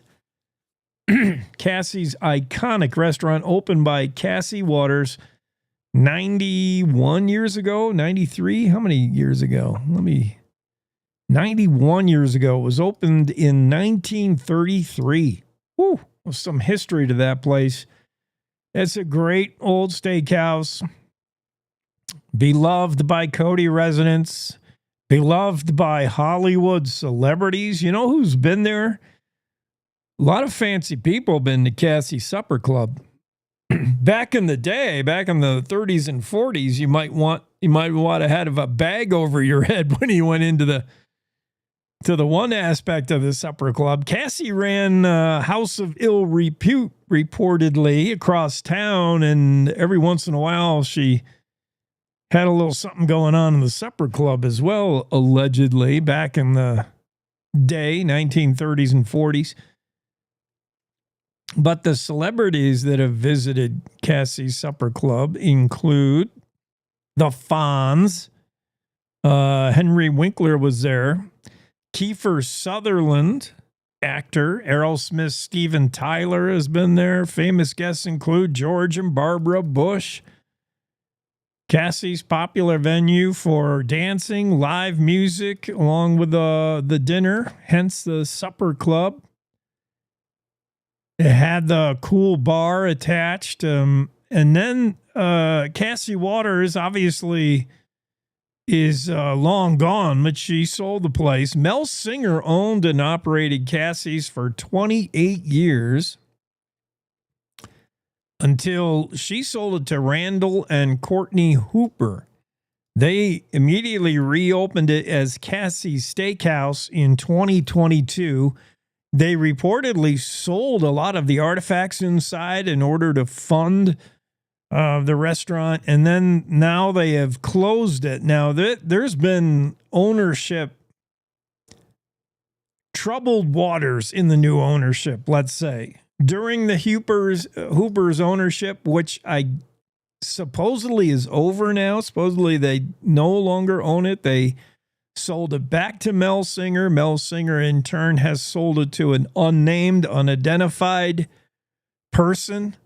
Although if you go look it up on the, GIS, look it up on the internet, it shows the property still owned by the Hoopers, but it looks like that is not the case. The Hoopers, meanwhile, from the day they reopened it, have allegedly been in trouble. Leo Wilson has a story dating back June 21st, 2024, and it kind of looks like this. I'll share the photo with you. That's the Hoopers right there.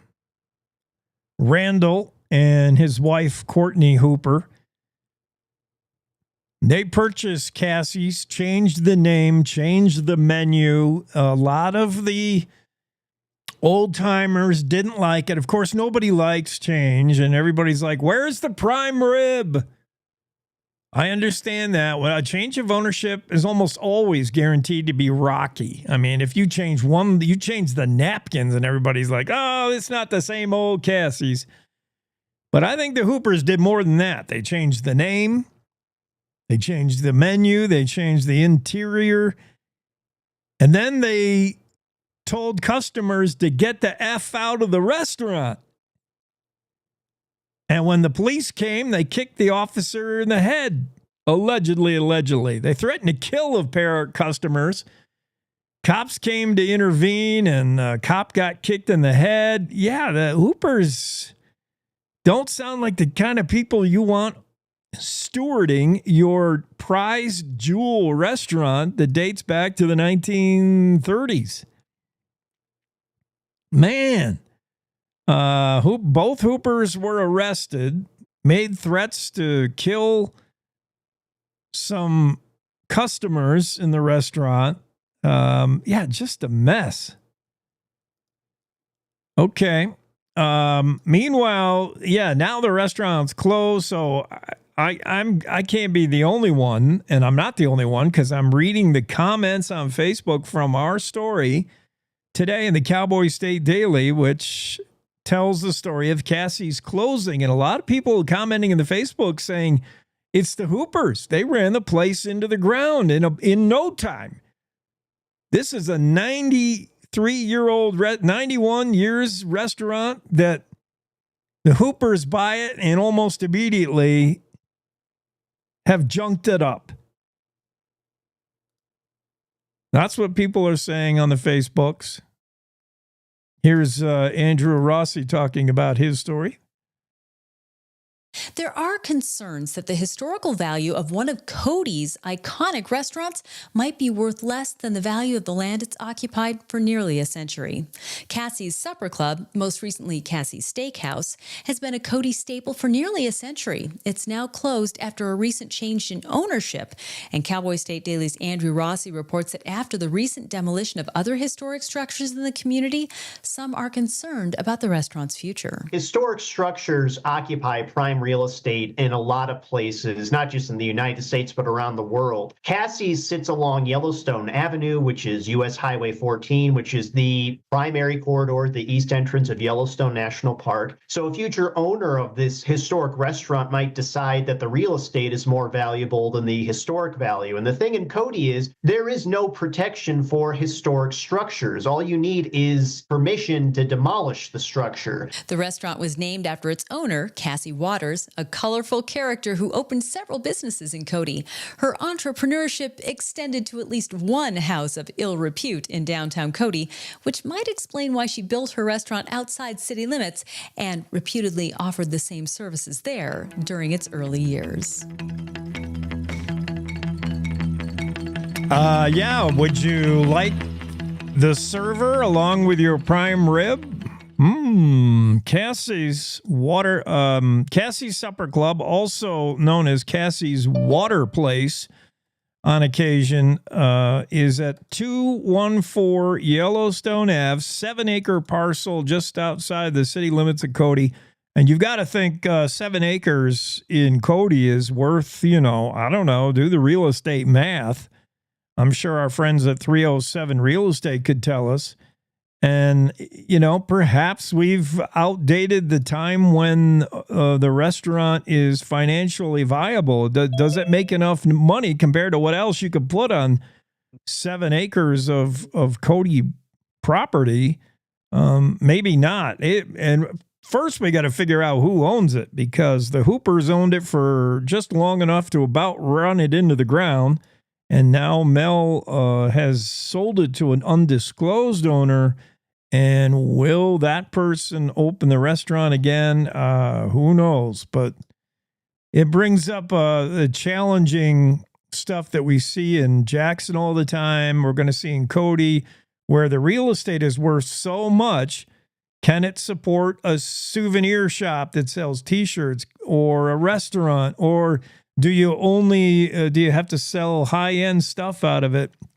It's going to be, without a historic society to kind of be a watchdog over there in Cody, it'll be interesting. This won't be the first and only case. You ever eaten at Cassie's Steakhouse, Jackie? Yeah, absolutely. I have good memories there, especially when I was working with Wyoming PBS. I mean, we were looking at historic places to go, and Cassie's was the place. Yeah, I mean, that's an old joint. They opened in 1933. Cassie Waters opened it up, and it's gone through a lot. And it's, it's a jewel. It's a treasure for Cody. I hope it gets to stick around. I hate to see when these old things go away, but I know exactly what you mean. Maybe we could buy it. Let's go into partnerships. I'm all ready. Wait, didn't we already go into partnerships to buy a bison? Yes, we did. We're running out of money. Well, we'll use the bison to feed the people that come to Cassie's. Aha. Jackie and I have a business plan. We just need a few investors to come on board. We're going to buy buffalo out of, what park was it? Hot Springs State Park and Bear River. Yes. We're going to buy them buffalo, and we're going to raise them up big and strong and tasty. And the next thing you know, they're going to be in the kitchen of Cassie's Steakhouse. Now, Jake, people are going to call in and correct you. Even though we've called them buffalo all our lives, officially we're supposed to call them bison. I know. Buffalo or whatever they come up with. It's bison. Well, it was good enough for Buffalo Bill Cody to call him Buffalo. Well, What I say? It's like, why make them a 4-letter word? They're better than that. Yeah, whatever you want to call it on the menu, it's going to be delicious, and our business model is going to be fantastic. Cassie's Supper Club is going to be back to its old glory, thanks to Jackie and I and our plan to harvest buffalo from the state pub. We probably won't tell them where they're going. We'll just say, yeah, we want that one, that fat one over there, and that juicy one there. Oops, did I say juicy? Yep. Yeah. All right. Sounds like a good plan. We just need the money. Now, speaking of historic places, I was thinking about that this morning. We never did talk about Ranch A. Yeah, what's the deal with that, please? Because I I just barely glanced at that, Jackie, so I'm not up to speed on it. Tell me about that. Well, that's why I'm here to bring it up. Yes. So the Ranch A is a mansion, actually, that was built by a millionaire. I'm going to butcher his name, so if you could bring up the story. I'm going to bring it up. What? Why? Yes. Because you want me to help you with it, or? Yes, I do, because I mispronounce names all the time, and I know that's something that I need to work on, and I'm going to help me with that. I doubt I'll be any better, but but it'll just be 2 mispronunciations instead of 1. Exactly. So the story goes that this multimillionaire was on his way to Yellowstone for a fun trip with his son, and their car broke down. So he ended up in South Dakota at this little cafe, and he was eating a mess of trout. And he said it is the best trout he ever ate in America. Before then, he had had some back in Europe that was really good. And so this is what made him a self-made millionaire. Most of us would say, that was great fish. He went and rented a car and drove to the river to the trout farm where these fish came from. And he talked to the owner and he said, I want to buy your trout farm. And the guy's like, no, this is my livelihood. This is where I live. This is my home. Well, the guy kept working on him and finally purchased that farm for an enormous amount of money. Now, remember, this is 1929 that this started. So he purchased it, I believe, in 1934. Look at this. I know all the dates, but I can't remember his name. It starts with an A. Annenberg. Yeah, Moses Annenberg. There you go. Yes, Moses. Say it again for me. Moses Annenberg. Yeah. There we go. Moses Annenberg. I was going to put a K in there, and I knew it didn't have a K. Yeah, I'm looking at the photos. Moses and Walter Annenberg founded Ranch A. Yeah. Yep. Way back in the day. Yeah, you're right. That's the difference between the average person who says that was a fantastic meal. Oh, and they unbuckle the belt 1 notch and you never think about it again. He's like, where did that trout come from? And I'm going to buy it and I'm going to own it and I'm going to make it better than ever. Yeah. And what's really ironic about it is that he's like, we're going to make this fish even better. So he went and he cleaned out the creek. It was Sand Creek that flowed through the property. He cleaned up the creek thinking that it was going to make it much better. And the reporter that's told the story said, yeah, you can cast your line and you won't have any snags, but you won't have any trout either. So he took out all the hiding spots in the habitat for the trout. And he loved the place. Him and his son both loved it. It was, they named it Ranch A. They built it. They had some very famous people that weren't famous at the time. Again, he's got an eye for entrepreneurship. He's got this eye on the future. He was the first one to commission Thomas Molesworth. And so the whole place was decorated with Molesworth furniture, hangings, everything you can imagine. He designed it, and it was his first big commission piece and launched his career. People like that, they just have vision that many others don't. And how many times have we heard about stories that all happen from a mistake? You know, discovering or inventing penicillin. Silly putty was a mistake. I just found out today. Some guy was trying to make an alternative for plastic and made silly putty. And this guy breaks down. I mean, he makes the best of a car breakdown. And then next thing you know, he's got Ranch A going and launches And it is Molesworth. this great mansion. So fast forward to today, what happened is that they were going to sell it. The government ended up with it through a series of purchases. The U.S. Game and Fish had it. Now, as the government goes, they made it into office buildings and a lab. So what do you think they did?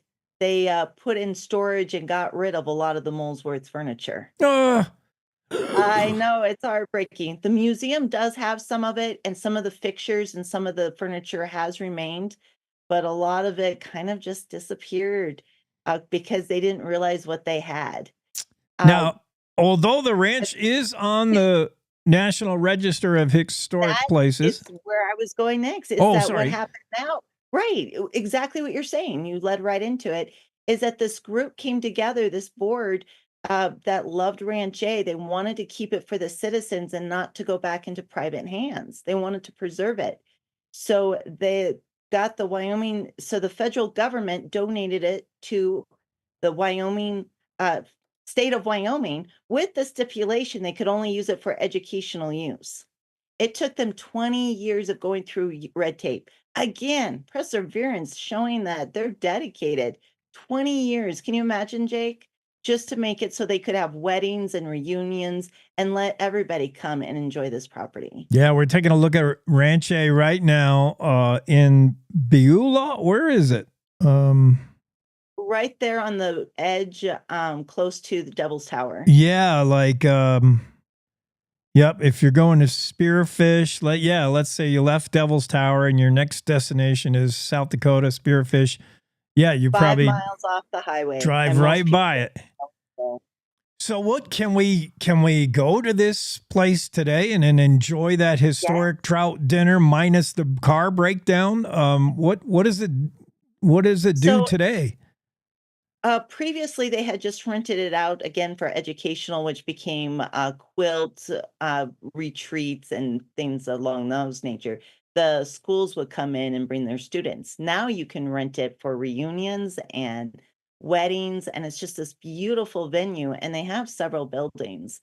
They have the main mansion, they have the Smith House, and the property is just gorgeous.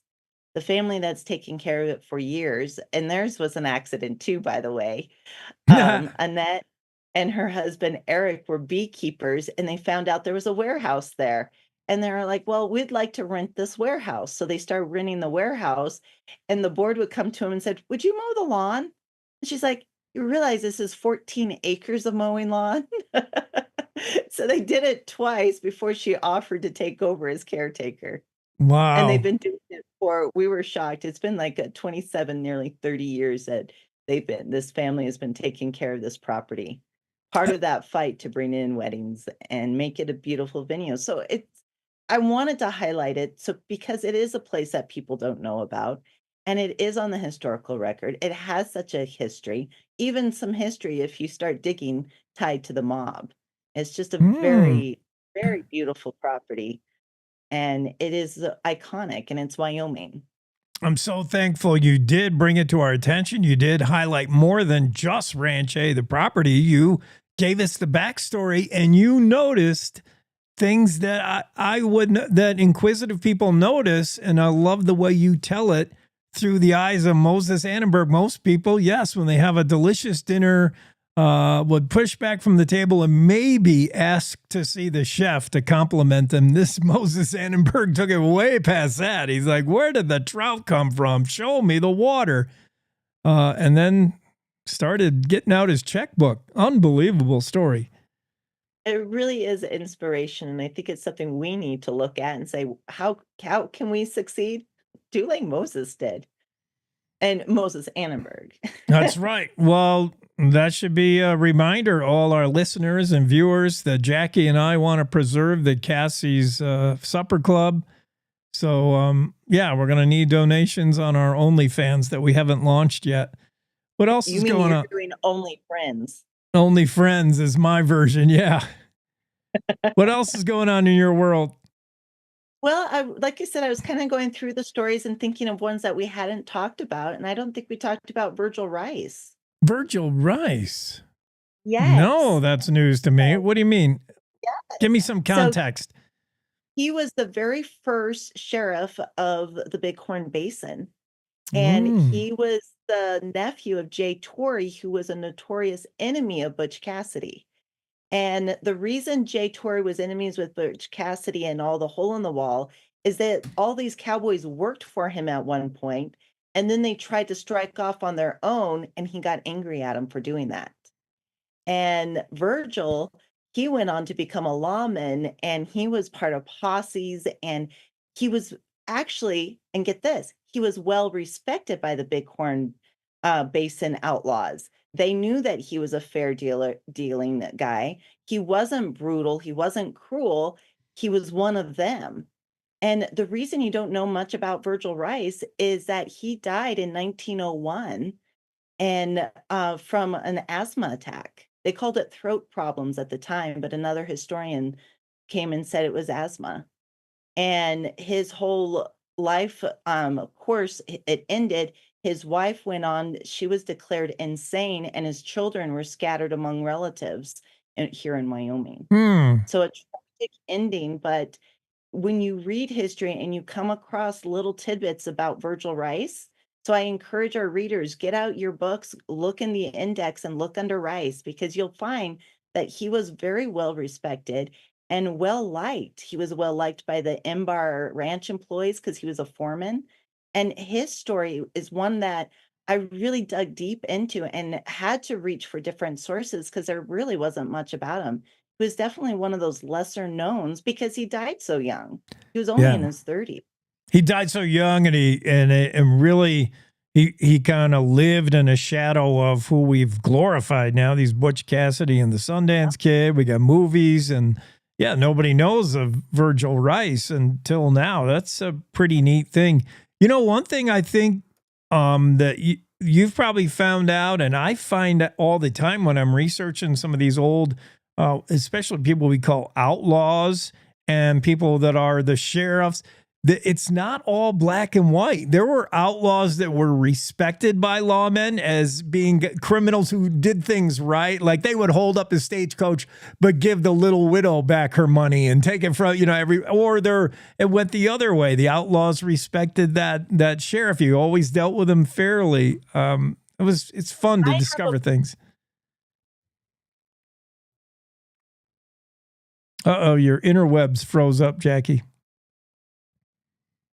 We're going to blame it on Starlink or HughesNet. There we go. I was on Starlink. So okay. Starlink. But I wanted to give you a perfect illustration before we went, is that after the robbery on the Wilcox train robbery, the outlaws are running through. I mean, they did a horrendous thing. One of them had shot a sheriff, Sheriff Hazen, and he ended up dying. And one of the outlaws was shot. But they are escaping, and when they come up through a cabin in the remote region, they arrive, and they're very respectful. They pay for their meals, and they eat only what they need. Well, then the posse came through, and the rancher noted in his memoirs that they took his best horse, his best saddle, his best bridle, ate him out. Took all the food in his house, they ate it, and then took the rest of the food. And he says, so who's the outlaw here? Yeah. And that was why Butch Cassidy and his gang got such a good reputation, is because they were kind of seen as Robin Hood. Yeah. Yeah, they had honor among thieves, and sometimes the posse more ill-behaved. I could believe it. Interesting. Yeah, that's interesting story. Virgil Rice. Yeah, go learn more. Start with Jackie Dorothy's story about Virgil Rice, the member of history that you may not have heard of, the sheriff. This story is from November 9th. And then from there, wherever that rabbit hole takes you on the interwebs, have fun with that. Great story, Jackie. Thank you. It's a pleasure to be able to share with you some of our lesser known and an actual hero as well. Yeah. All right, cool. Well, back to work, eh? For me, anyway. All right, thanks so much. For the reminder. Jackie Dorothy joins us in the Zoom room, Cowboy State Daily, and her couple of stories we talked about, the history behind Ranch A, how fascinating. Moses Annenberg enjoys a great meal of trout and then immediately has to figure out how he can make it his and make it better. And that's why we have Ranch A. And I would love to hear that they still serve that great trout out of Sand Creek. Virgil Rice, the sheriff you may never have heard of. He died too young. But he was in the era where he ran with and butted heads with the great Hole in the Wall gang. Very interesting stories of history from Jackie Dorothy. Check those out. We'll take our top of the hour break for news. That's Wendy Corum. Be right back with more of the Cowboy State Daily Morning Show. It's time to take a look at what's happening around Wyoming. I'm Wendy Core, bringing you stories from the Cowboy State Daily Newsroom for Thursday, December 12th. Wyoming cities and towns could get more say about the gambling that happens in their communities if a bill advanced by the Joint Appropriations Committee on Tuesday passes in the upcoming legislative session. Cowboy State Daily's Leo Wolfson reports that the bill would allow city and town governments to have a say on whether simulcasting permits for historic horse racing machines are allowed in their communities. The legislature is just kind of catching up with some of the growth that has occurred. What this bill would basically do is it would give cities and towns at least some say in the historic horse racing gaming terminals that pop up in their own borders. Currently, counties have full say over this, whether it happens within the municipal jurisdiction or not.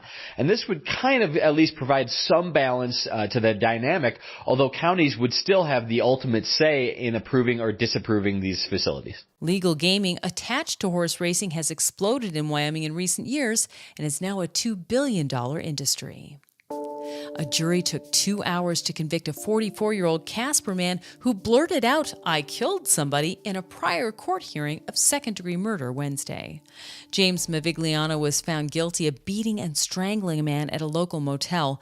Cowboy State Daily's Dale Killingbeck was in court for the verdict. A 7-man and 5-woman jury in Natrona County District Court today spent 2 hours deliberating and came back with a second-degree murder verdict. He took the verdict standing up and appeared very calm as the clerk read the verdict in court. I was able to speak to the victim's brother, and he said that he believed that justice was served. Second-degree murder carries a potential 20 years to life in prison, while the possession of a controlled substance charge carries a penalty of up to 12 months in jail and a $1,000 fine.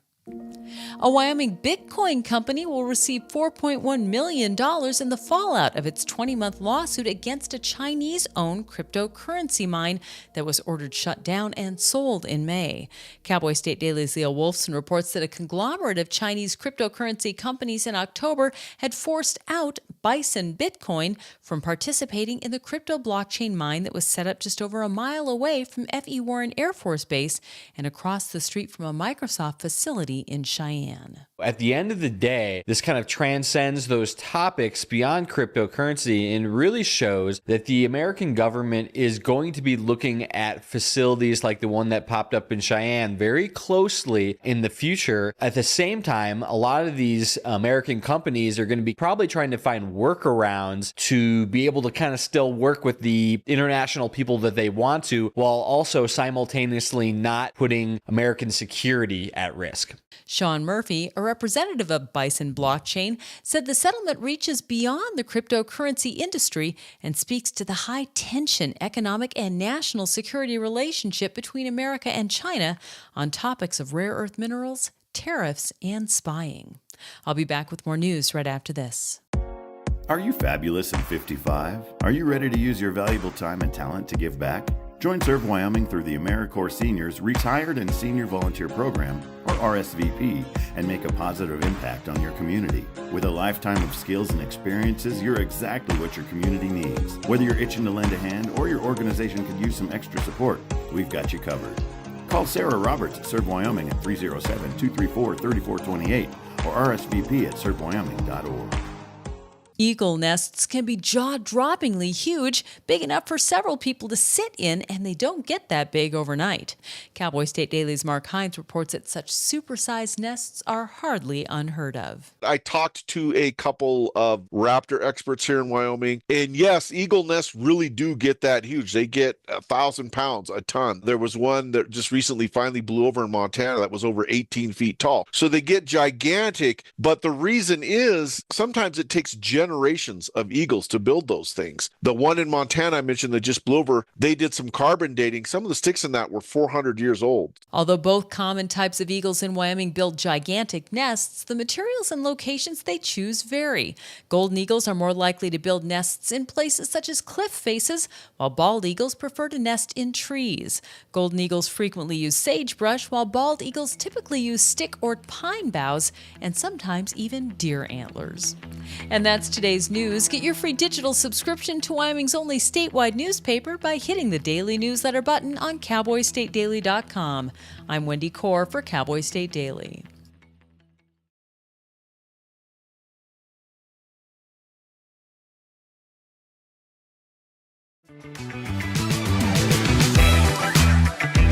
Yeah, back to the studio, 8:05 on this 12/12/24 Thursday, Cowboy State Daily Show with Jake. Mark Himes joining us momentarily. He's got a couple of stories in the Cowboy State Daily, including the one about this top bear biologist. I mean, he is tippy top. This is the guru. This is the godfather of grizzly bear. Honestly, Chris Servine, who says he is rethinking, it's 8:06, by the way. He is completely rethinking his previous notion of how to build a healthy grizzly bear population. Originally, he thought it'd be okay to have what he referred to as islands of grizzly bear populations. You know, a group of grizzly that lived in southern Yellowstone, maybe another group over there in Montana. But now he said he's under the distinct impression to be truly healthy and recover, the grizzly bear needs to be able to roam from Canada to the southern end of Yellowstone, at least throughout the greater Yellowstone ecosystem. That's something that these environmental groups, these conservation groups have been saying. That's their main argument whenever they sue to stop delisting of grizzly bear. They say, never mind the thousands of grizzlies that we know to be out there and to be alive. That's not what's important in defining recovery. What's important, these coalitions of environmental and conservation groups say, is how healthy is the population? How freely can they breed and interbreed with other groups of grizzly? And that's going to be important in their health. Wildlife biologist Chris Servine agrees, and that's an about change for him. He didn't think like that back in 1993. Chris Servine, one of the renowned experts on grizzly, was part of the Fish and Wildlife Service grizzly bear recovery. He was the coordinator for 35 years. He retired in 2016. It was he himself who helped establish that plan back in 1993. And he talked about isolated island populations of grizzly. He's now rethinking that whole thing. He said he's completely changed his mind on it and is vocally opposing delisting. He used to favor delisting, now says he's against it because of, he's seen heavy-handed wolf management and Montana and in Idaho play a big part in pushing him to change his mind. And he believes in this free roaming, the greater Yellowstone ecosystem thing. He is helping form a petition to the Fish and Wildlife Service. Meanwhile, Fish and Wildlife has been instructed make a decision by January 20th. The judge has mandated that a decision to delist or keep under federal protection the grizzly bear has to come by January 20th. So is Chris Servine sharing his opinion? His opinion probably carries a lot of weight, I would think, with Fish and Wildlife Service. This is the coordinator of the grizzly bear effort for 35 years. So certainly when he says something, they probably take that with a little more weight than lawyers for groups that want to protect the grizzly. Chris Servine's voice is probably strong in this arena, but is there time for him to explain his thoughts to Fish and Wildlife Service? Has Fish and Wildlife Service already made up their mind? We're talking about moving at the speed of federal government. Our own Mark Hines has more to say on it, and then hopefully he's going to join us live here in just a moment. A top bear biologist, along with a coalition of environmental organizations, filed a petition Wednesday with the U.S. Fish and Wildlife Service to completely revamp the agency's grizzly management policy throughout Wyoming, Montana, and Idaho. Wildlife biologist Chris Servine told Outdoors reporter Mark Hines that the current management policy is flawed and has left the lower 48 with relatively isolated island populations of grizzlies. He's actually the one who drew up the plan, the 1993 plan, which has kind of guided grizzly bear management since. And he said, you know what? That plan is flawed. We've got the greater Yellowstone ecosystem grizzlies here, and then up here we've got the Northern Continental Divide grizzlies. From his point of view and a point of view of a lot of people, there should be continual interconnected grizzly bear habitat running all the way from Canada all the way down to the southern end of Yellowstone Park. Although Servine now opposes the idea of delisting grizzlies, there are many who favor the concept, including Wyoming's congressional delegation. They argued that the grizzly population has grown well past the numbers needed for recovery and that conflicts with humans will only increase as the bears keep pushing out of core habitat and into settled areas. And let's get Mark Hines into the Zoom room to talk about this story. Mark, I don't know if the average person can appreciate just who Chris Servine is and why his opinion means a lot more than yours and mine and any other California. Chris Servine is the godfather of grizzly, man. And if he's changed his mind, wow, that's a game changer. Yeah, he changed his mind on delisting quite some time ago. I think it was sometime last year. It might have been in 2022. I can't recall off the top of my head, but both he and the then director of Game and Fish, Brian Nesvik, testified before a congressional committee regarding the grizzly bears. And of course, Nesvik made his case and his argument for delisting the grizzly bears, and Servine made his argument for continuing to have them listed. So, it's been it's been at least a couple of years that Servine's been vocally against delisting the bears.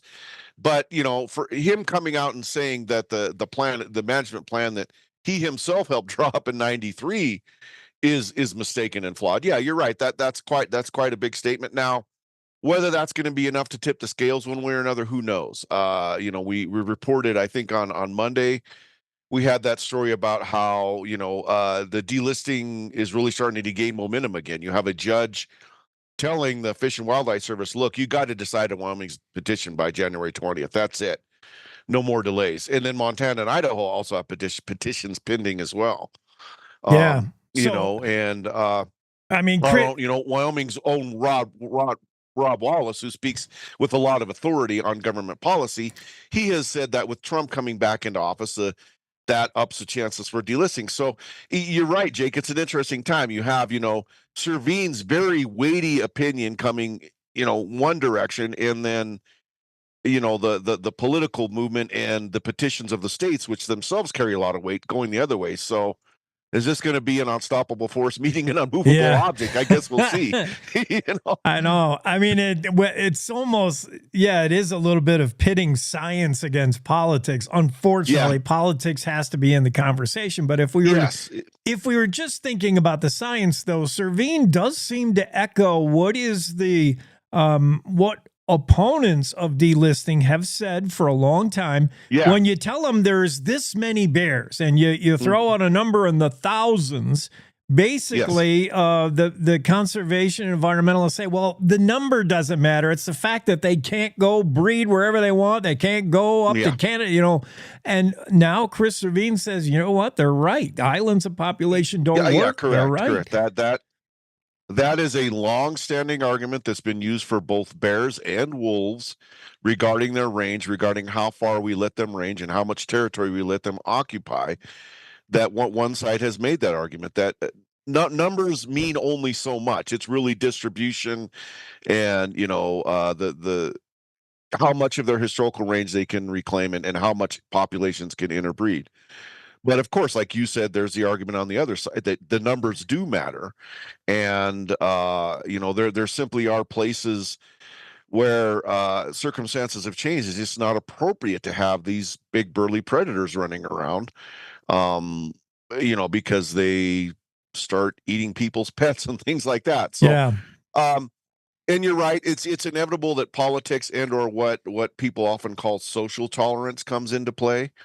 Folks will tell you that sometimes the social tolerance or really how accepting the people are going to be of the animal's presence is every bit, if not more important than the biology. So it's a fascinating topic to cover, and it's the dynamics are always in play. There's always numerous moving parts. Yeah, there are, and we talk. So many of the discussions are really weighty and talk about platitudes. There's politics, there's science, and then there's the average range rider who says, "You know what? 20 years ago, I used to have to deal with a grizz every once in a while. Now I got 4 of them out there eating, but I go look out and see 4 of them. So don't tell me."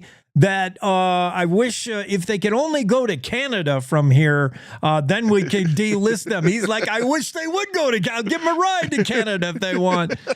I don't know, man. Martha Williams is going to make the decision supposedly by January 20th. She's Fish and Wildlife Director. I don't know if Chris Servine's opinion, which is a weighty, it carries more probably than anybody else. Is there time? I would assume a huge agency like that is about ready to stamp this thing final. I don't know. We'll see. And then, well, whatever she decides or not decides, of course, we got a new regime coming in. Martha's going to be looking for a job on January 21st, and we may do it all over again. I don't know. It's so political. But the argument, if you want to delist, and you want to counter the argument that bears can't get around too much, you just have to present the radio collar from Ethel and say, well, she walked 5,000 miles all over the place. Yeah, and that was 10 years ago as well. Yeah, that was a while ago. I mean, we've had, I think, a few verified grizzly sightings now down by Kimmer, that's well south of their, of the range people are used to seeing them, They keep going ever further east up in Montana. They've got, a sow with cubs turned up in the breaks, in the Missouri breaks. And we've reported that. And that's significant because, a wandering young male, that's, that's no different than a teenager, college age kid that gets nervous and decides to go hitchhiking across the country because they're bored. That's one thing. But when you see a sow with 2 cubs in the breaks, that made people sit up and pay attention because that means, they might be moving in and setting up shop now. Yeah. If you've ever been in that breaks country up in Montana, I mean, that would be a game changer. That's a lot of people go there. Yeah. So there is a potential for it's gorgeous, rugged country, but having grizzlies in there would definitely make things more interesting, for the folks that go in there to hunt. And, a young subadult boar is just backpacking Europe, taking a gap year. But mom moving in with cubs is like the for sale sign, and they just moved in next door, and holy cow, there goes the neighborhood. That is different. All right, let's change gears and talk about, if you could fill one of these old eagle's nests with water, you could water ski in this thing. They were huge, man. I mean, we're showing the photo from the story. They're big and they're old.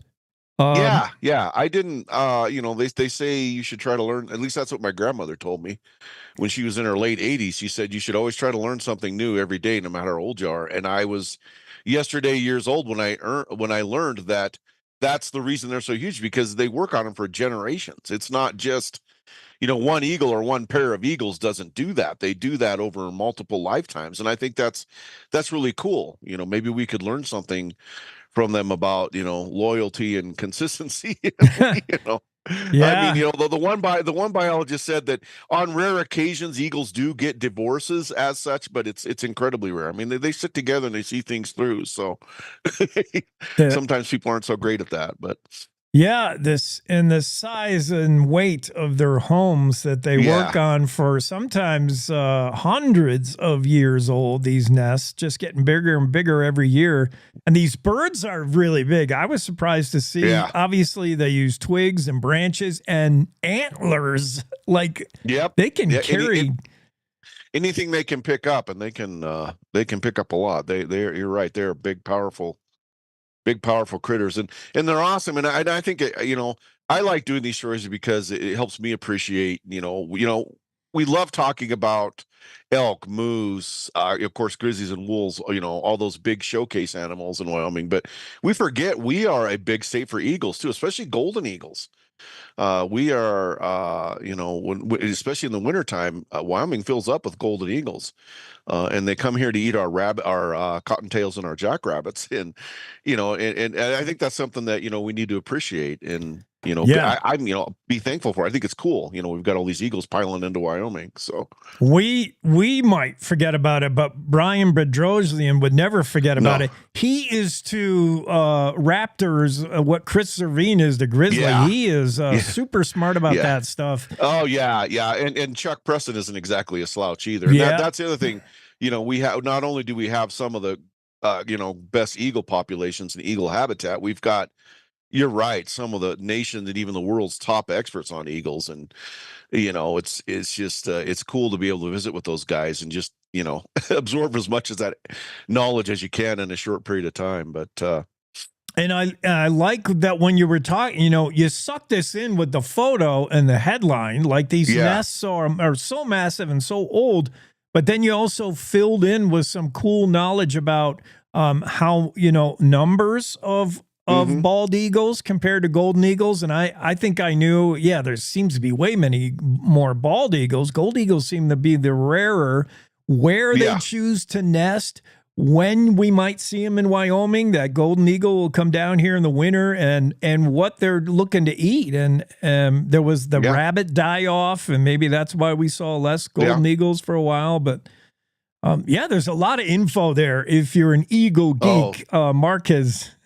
Yeah, and what you know, I got to get going here, but you know, the one other thing that I thought was really cool is that, you know, when Brian pointed out to me that the eagles are starting to move into Converse County, and they're all, both species are going after the prairie dogs. Now, you know, again, this is something that, you know, that I thought was cool, that I learned for the first time, because, you know, what do we associate bald eagles with? They go after fish, you know, the iconic image. And now I got this image in my head of a great big bald eagle swooping down and grabbing a poor prairie dog. You know, I mean, you got to feel sorry for him. Everything wants to. We want to kill him. Coyotes and badgers want to kill him. Eagles want to kill him. It's like, it's just the life expectancy of a prairie dog is probably not very. I mean, they got eyes up at all times, whether it's and they got to be looking up for the eagles, and then a 22 slug or or is that golden eagle coming for me? I'll leave you with that thought, Jake. Just be, I guess, everybody, that's my message, everybody. Just be thankful you're not a prairie dog. Good point. Mark leaves us with words of wisdom. Thanks, Mark. All right, have a good one. Mark Hines, Cowboy State Daily. Be careful. Whatever's going on in your life, at least you're not a prairie dog or a chiseler. Man, they got a tough life. But a cool story. We learned that bald eagles make heck of a nest, huge, and basically in trees. Golden eagles make some pretty big nests as well, but they prefer to nest in cliffs. And both those different eagles eat different things, or sometimes eat the same thing. We just learned so much more about golden eagles and bald eagles reading this story. If that's your jam, or you think it might be, check out this story. Some eagles' nests weigh more than 1,000 pounds and can fit several people. They're also hundreds of years old, as generations of eagles just keep on working on the home ranch. Let's make a little addition here. Let's make a little addition there. Pretty interesting story. Cowboy State Daily. Let's do a Rodeo Roadshow, and we'll clear the deck for our resident cowboy to come in. Cowboy Kevin coming in at the bottom of the hour. Right now, though, let's catch up with Will Rasmussen with an NFR, the Western Ag Network, and their Rodeo Roadshow.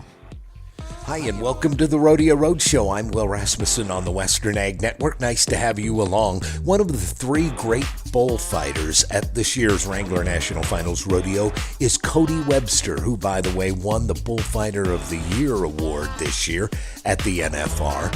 He talks about one great influence he had early on in his career, Lane Frost. Cody Webster on the Roadshow coming up. It's the 29th Annual Chase Hawks PRCA Rough Stock Rodeo, December 21st at First Interstate Arena, 7 p.m. Great seats still available, including a family 5-pack, 5 general admission tickets for the price of 4. Get your tickets at the Metro Park box office or on the Metro Park website. Texas chart-topping country singer Case Harden will take the stage after the last bull is bucked. Your rodeo tickets include the concert. Dirt passes can be purchased in addition to your rodeo ticket. All proceeds from this event benefit the Chase Hawks Memorial Community Crisis Fund. The American Sheep Industry Association exists to support America's 100,000 sheep and wool producers. With 45 state affiliates, we have the resources in your community to help you make more profit raising sheep and improve your wool clip. We support research on sheep production, grazing management, and improving genetics in the nation's sheep flock. And the American Sheep Industry Association is looking out for your interest in Washington, D.C. Find your local ASI state affiliate and check us out online at sheepusa.org. When I get to go to Cheyenne, Wyoming every year for the great rodeo there. Mm-hmm. And being a kid growing up watching Lane Frost and knowing who Lane was, at 11 or 12 years old, I got to go to Lane's arena that he built, hang out with his parents for years to come after that. When you become friends with somebody like that and you know the history that's there, and you know the impact that Lane Frost had on in Western sports. And then me getting to go to Cheyenne, Wyoming, the day I walked in and just stood there in that arena. I got there a couple days before the rodeo started. And I just remember sitting there in that evening sun, just standing there in that dirt, going, wow, this is where that tragedy went down. And, it's something that really hit me hard, this is a real job. This is something that is very dangerous, and it is something that somebody can lose their life at. And if you're not going to be 100 and say 110, it's everything that you got. It's 120, it's 150. It's everything that you can absolutely do to keep a guy safe. Bullfighter Cody Webster on the Rodeo Roadshow. I'm Will Rasmussen on the Western Ag Network.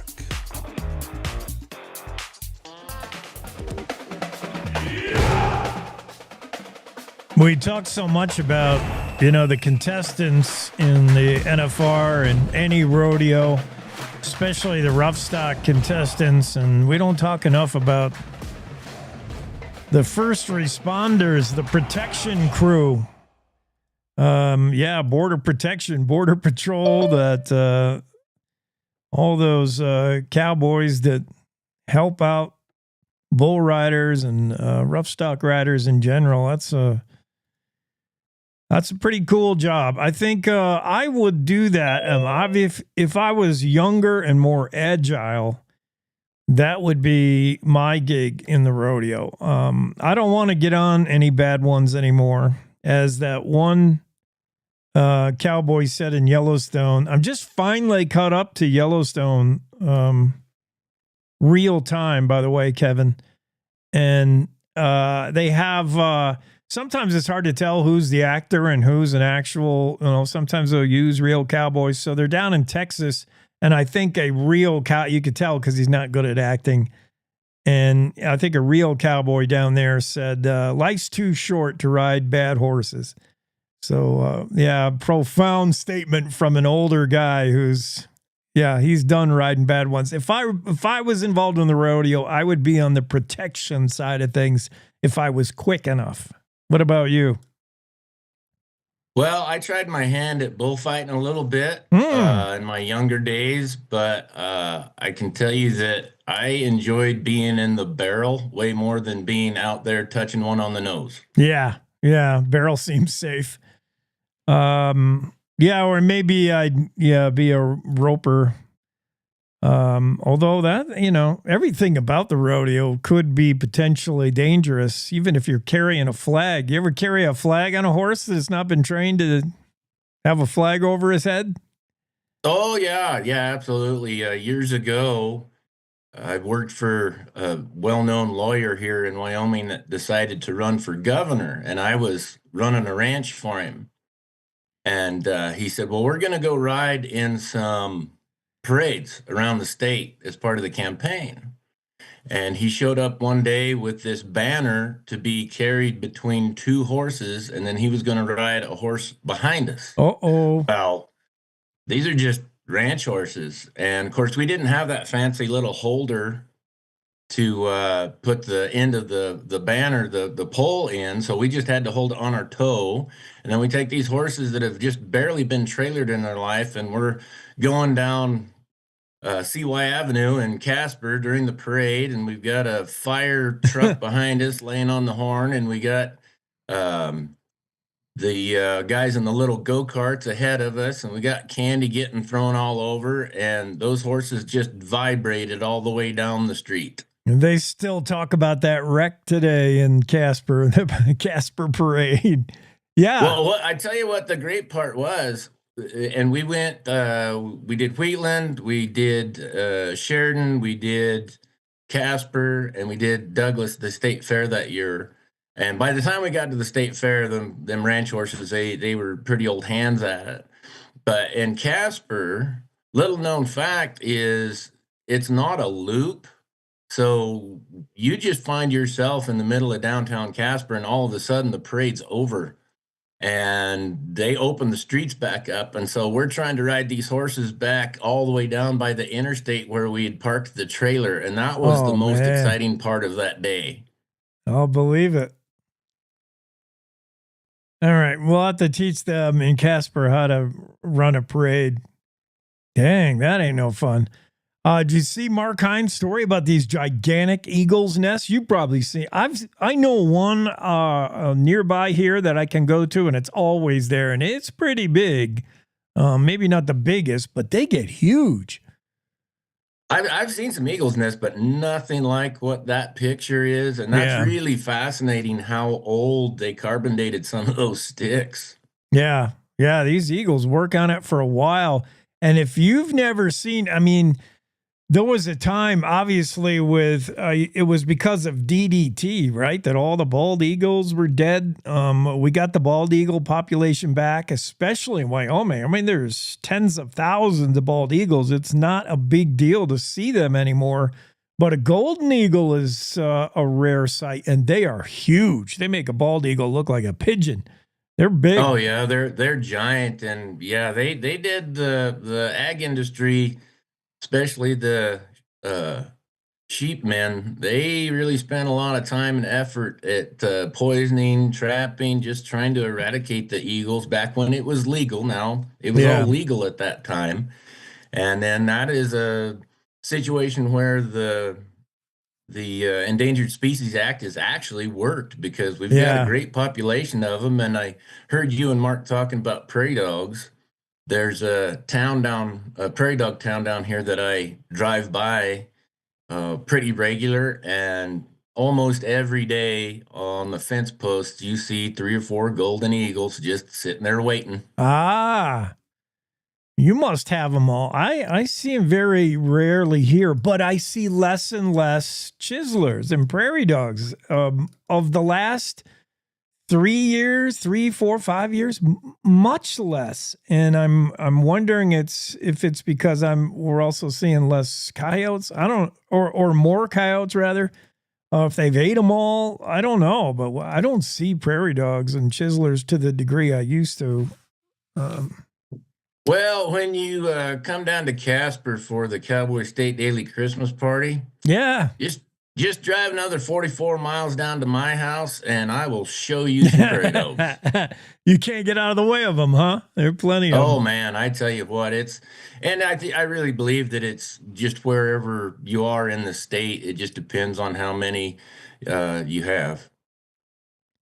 Wyoming's golden eagle population essentially doubles in the winter to 10,000 or more. There's an extra zero in this story. I'm going to have to alert Mark to. I don't think he means to say 100,000. 10,000 or more. And bald eagles, there's a lot more than that. There's a lot of bald eagles. I see them a lot. And you tend to see those more closer to the lakes and the rivers, I feel like, and places where they can get to those fish, whereas the golden eagles get out on the prairie, and I've actually seen a golden eagle packing off an antelope fawn. Whoa, I believe it because they're so big, but what a sight that would be. Golly. Oh yeah. That was, and unfortunately, like most of the good stories in life, that was before the invention of the smartphone. So that's just a little video I have in my mind. That would have been something. Do you know? I doubt it. Nobody knows this guy unless you're really into sports. But do you know this football wide receiver Kadarius Toney?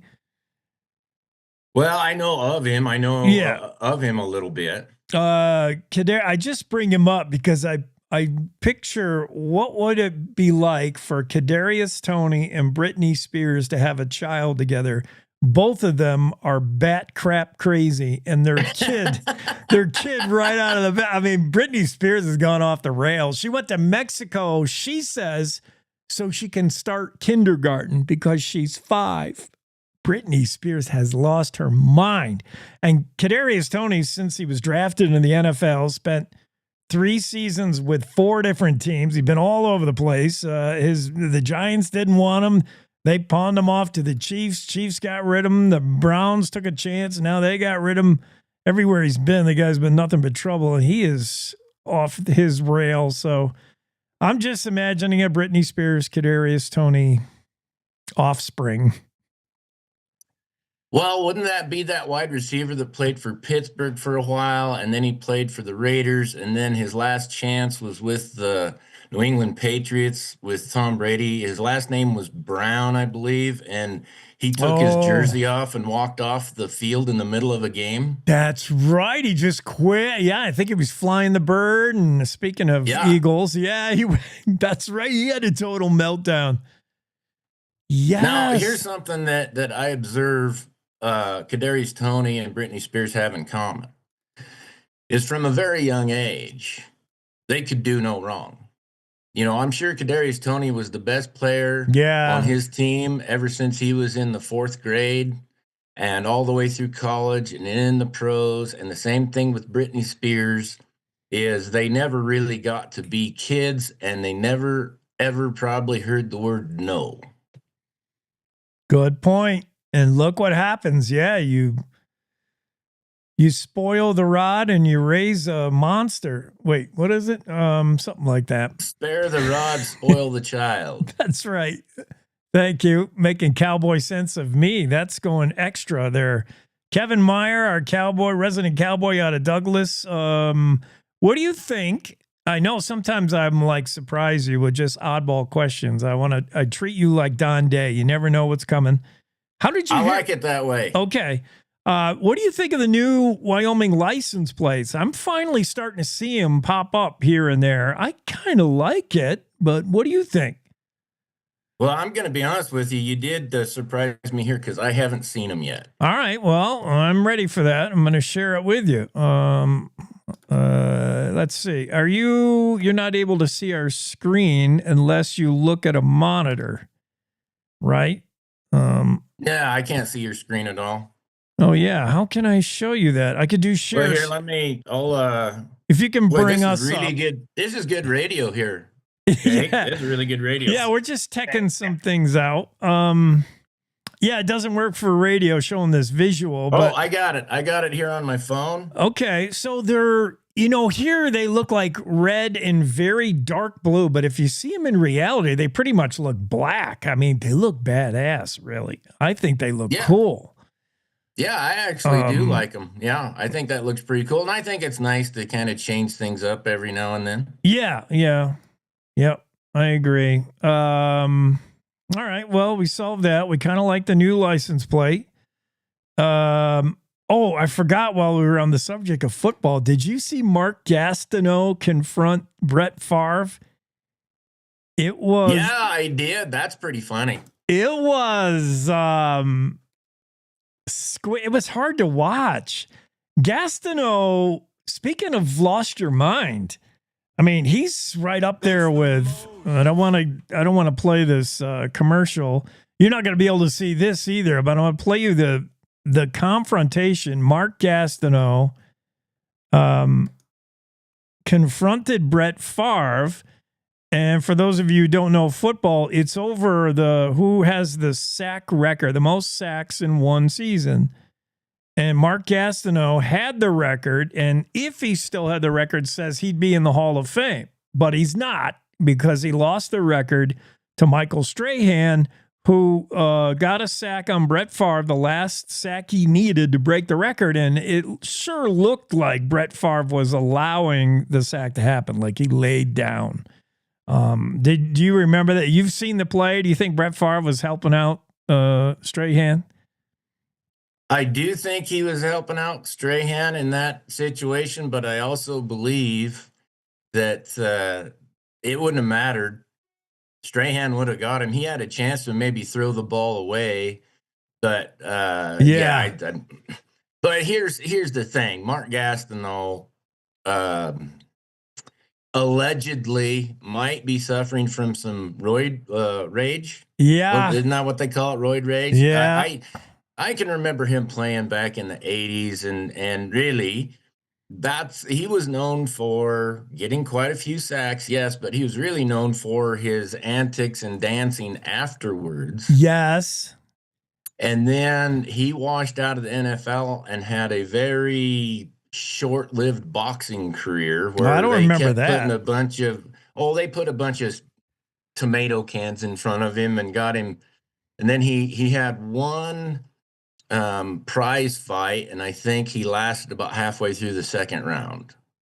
Okay, so he's a little punch drunk, roid rage, and maybe some concussion. He definitely is unstable. I'm going to play this confrontation. First, I'll play, you decide, football fans, whether this is a gift of a sack. This is unseasoned, courtesy of ESPN. There's Favre. Favre just looks up, and there's Michael Strahan. Like, and down he goes. Now, is Brett just saving his own self, or is he allowing Michael Strahan to have the sack record? I don't know. But here's the confrontation between Gastineau and Favre that happened just a couple of days ago, and it's uncomfortable to watch. I thought we met a long time ago. At least I saw you. Right. How you doing? When you fell down for him. I'm going to get my sack back. I'm going to get my sack back, dude. You probably would hurt me. Well, I don't care. You hurt me. You hurt me. You hear me? Yeah, I hear you. You really hurt me. You hurt me, Brett. We got to get back to this. Yeah, and then Favre can't get out of there fast enough after that. Yeah, Gastineau's I think he's a little unhinged there. And what are you supposed to do if you're Brett Favre? Like, sorry, Mark. Yeah, I think, I don't think Brett's knees are very good, so he might not be able to outrun him. I guess just yes, sir, is a pretty good answer to that. But yeah, going back to that last sack, what would you do if you looked up and you saw Strahan coming at you? My knees would buckle. Yeah, I'd be down fast. You never see a guy hit the ground so quick.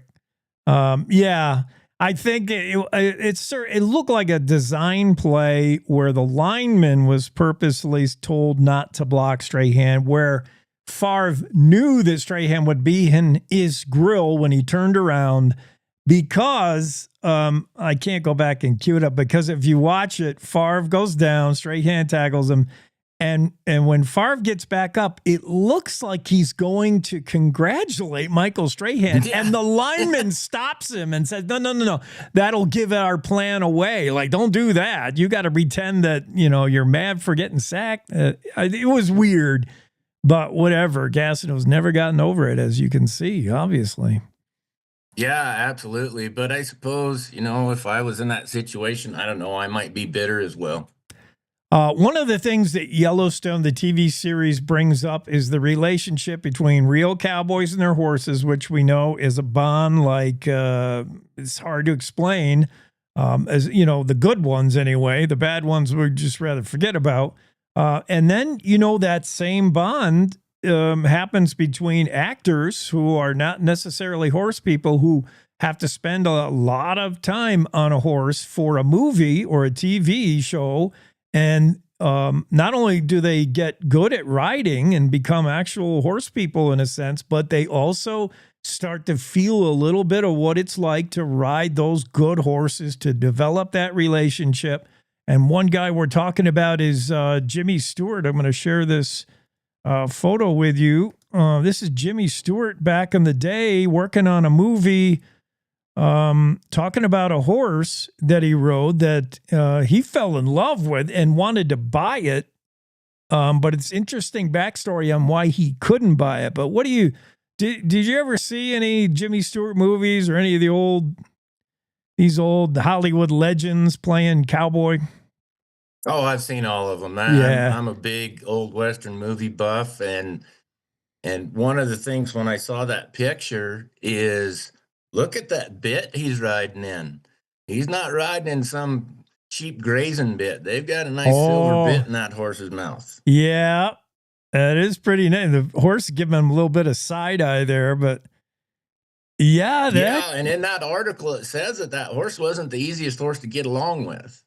Yeah, which is interesting that, horses will, on occasion test you as a rider, and some of them can be naughty if they think you don't know what you're doing or if you don't send a signal of confidence. But in this case, this horse, was known to be a little silly or naughty or stupid with people, but not with James Stewart, who, I can't imagine was an accomplished horseman. Somehow those two had a mind meld, and James Stewart said, Jimmy Stewart said, I would ride this horse, and he knew exactly what he was doing. He would run full gallop at the camera, and then we would pull up at the camera, and and then he would stand stock still for the shot. And as soon as the director yelled cut, then he'd walk, he just knew the job. Yeah. And I have some friends that have worked in the movie business and the television business as wranglers and stunt people. And they said it is a very unique horse that can really be good on screen because it's long days of a lot of standing around doing nothing, and then you have to perform. Well, human beings can rationalize that in their mind. Horses don't always necessarily. But they said the biggest thing that is a challenge is multiple takes. And some directors will just do take after take after take. Yeah. And those horses kind of don't understand why they have to keep doing the same thing over and over and over again. Yeah. And they'll get a little sour. And it's funny if you watch movies and you're really paying attention to the horse's body language. You'll see horses that got their ears pinned a little, or they're wringing their tail a little, or they're not traveling straight, and I always think that, well, that might be about the 25th take of this thing, and they're just over it. Yeah. You already shot the bad guy out from the saddle. You already roped this cow. We've done this 20 times. Come on. Sometimes you see that. Well, you see a lot in the old Western TV show. I was just watching Gunsmoke the other day, and boy, I just have a new appreciation for these Hollywood horses because you see such, I don't know if it's poor horsemanship or just exaggerated stuff done for the TV show, but you see like the bad guy is going to peel out of there and he just reins the crap out of him, like pulls the horse's head off trying to rein, come on, we're getting out, you don't need to do anything. Or even just a horse in a buggy, they're whipping him with a big bull whip. I mean, all you need to do is just... just cluck to them. Everything they do is so exaggerated. I'm like, that poor horse, man, just beating the heck out of him. Well, I saw a very interesting interview with Clint Eastwood one time, and they were talking about his directing style. And he never says action. When they're ready to start, he just says, okay. And they asked him why he did that. And he said, well, coming up doing the show Rawhide and then all those spaghetti westerns that he did, he said, if you yell action, the horses tend to tense up and perk up their ears. And if you just say, okay, the horses will just stay how they are.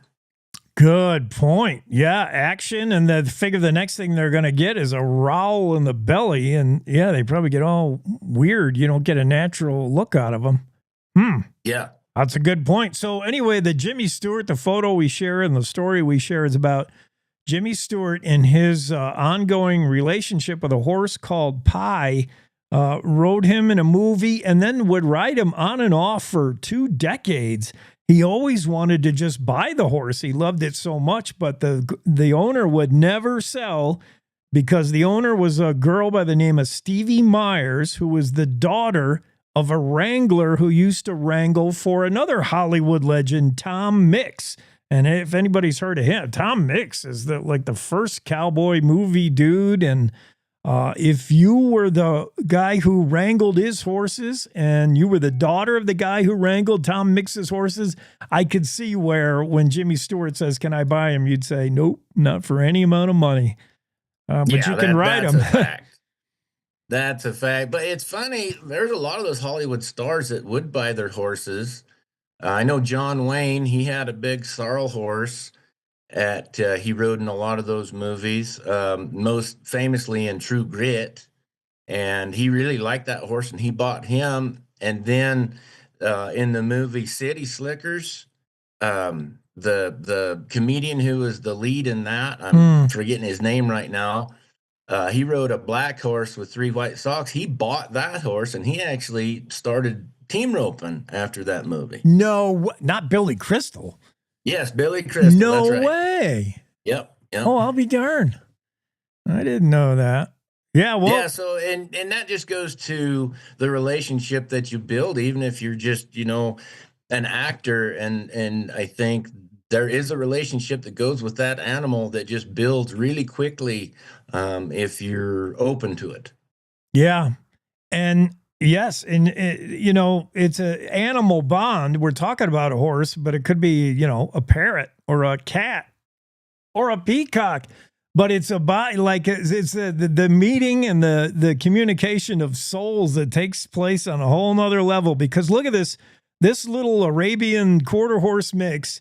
Didn't get along with other actors. Audie Murphy tried to kill Glenn Ford, running him into a tree. This horse was a problem for a lot of people, but not Jimmy Stewart. Those two got along fabulously. Pretty neat story though about the old westerns and that bond that's sometimes forged between horseman, actor, and horse. And I don't know if you've ever noticed in all them old westerns, especially with Jimmy Stewart and Glenn Ford, they always wore the exact same hat and the exact same denim jacket.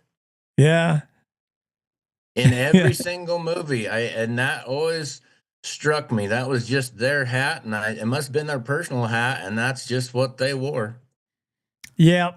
And then, the overt message of Hollywood, the good guys wore the white hat, bad guys the black, and I always noted the gunfire for decades and decades and decades.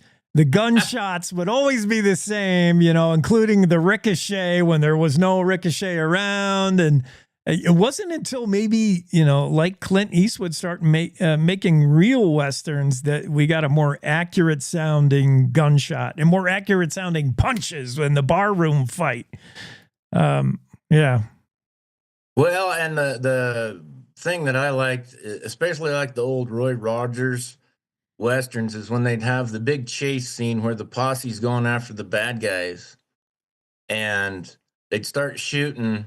And I don't know if we'd be able to see it on camera or not, but they'd always take and they'd get that. Oh, yeah. Get that bullet a little farther out there. Throwing the bullet at him. Yeah. Yeah. That. I've tried that hunting. Doesn't work. No.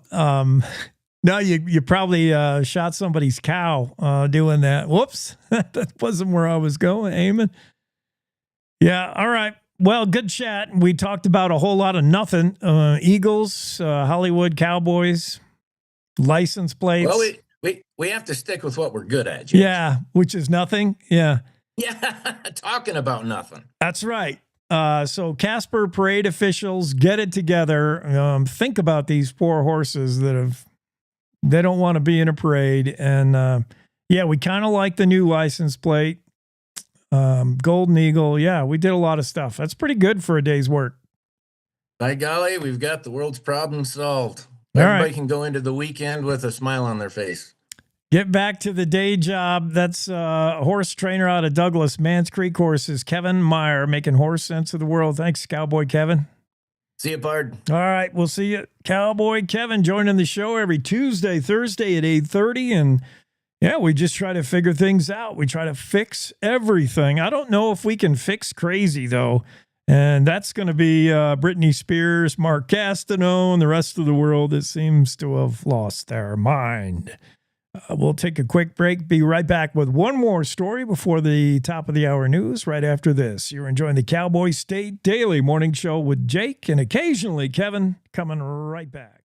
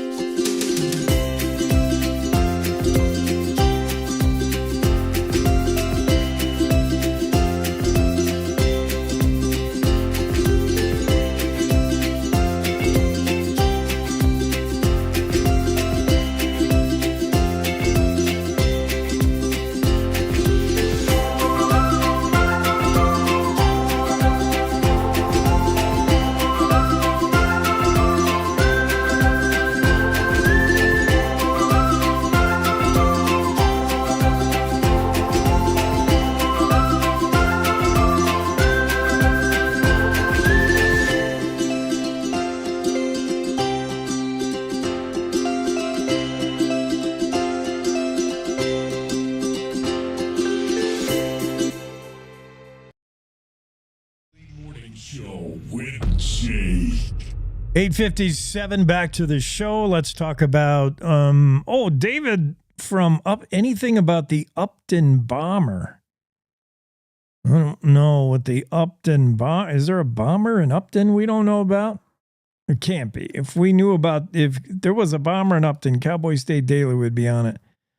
David also shares my late grandfather's house in Sundance was won in a poker game, so I've been told. So, yeah, we were talking about gambling earlier and playing poker, when it's legal, when it's social gaming, etc.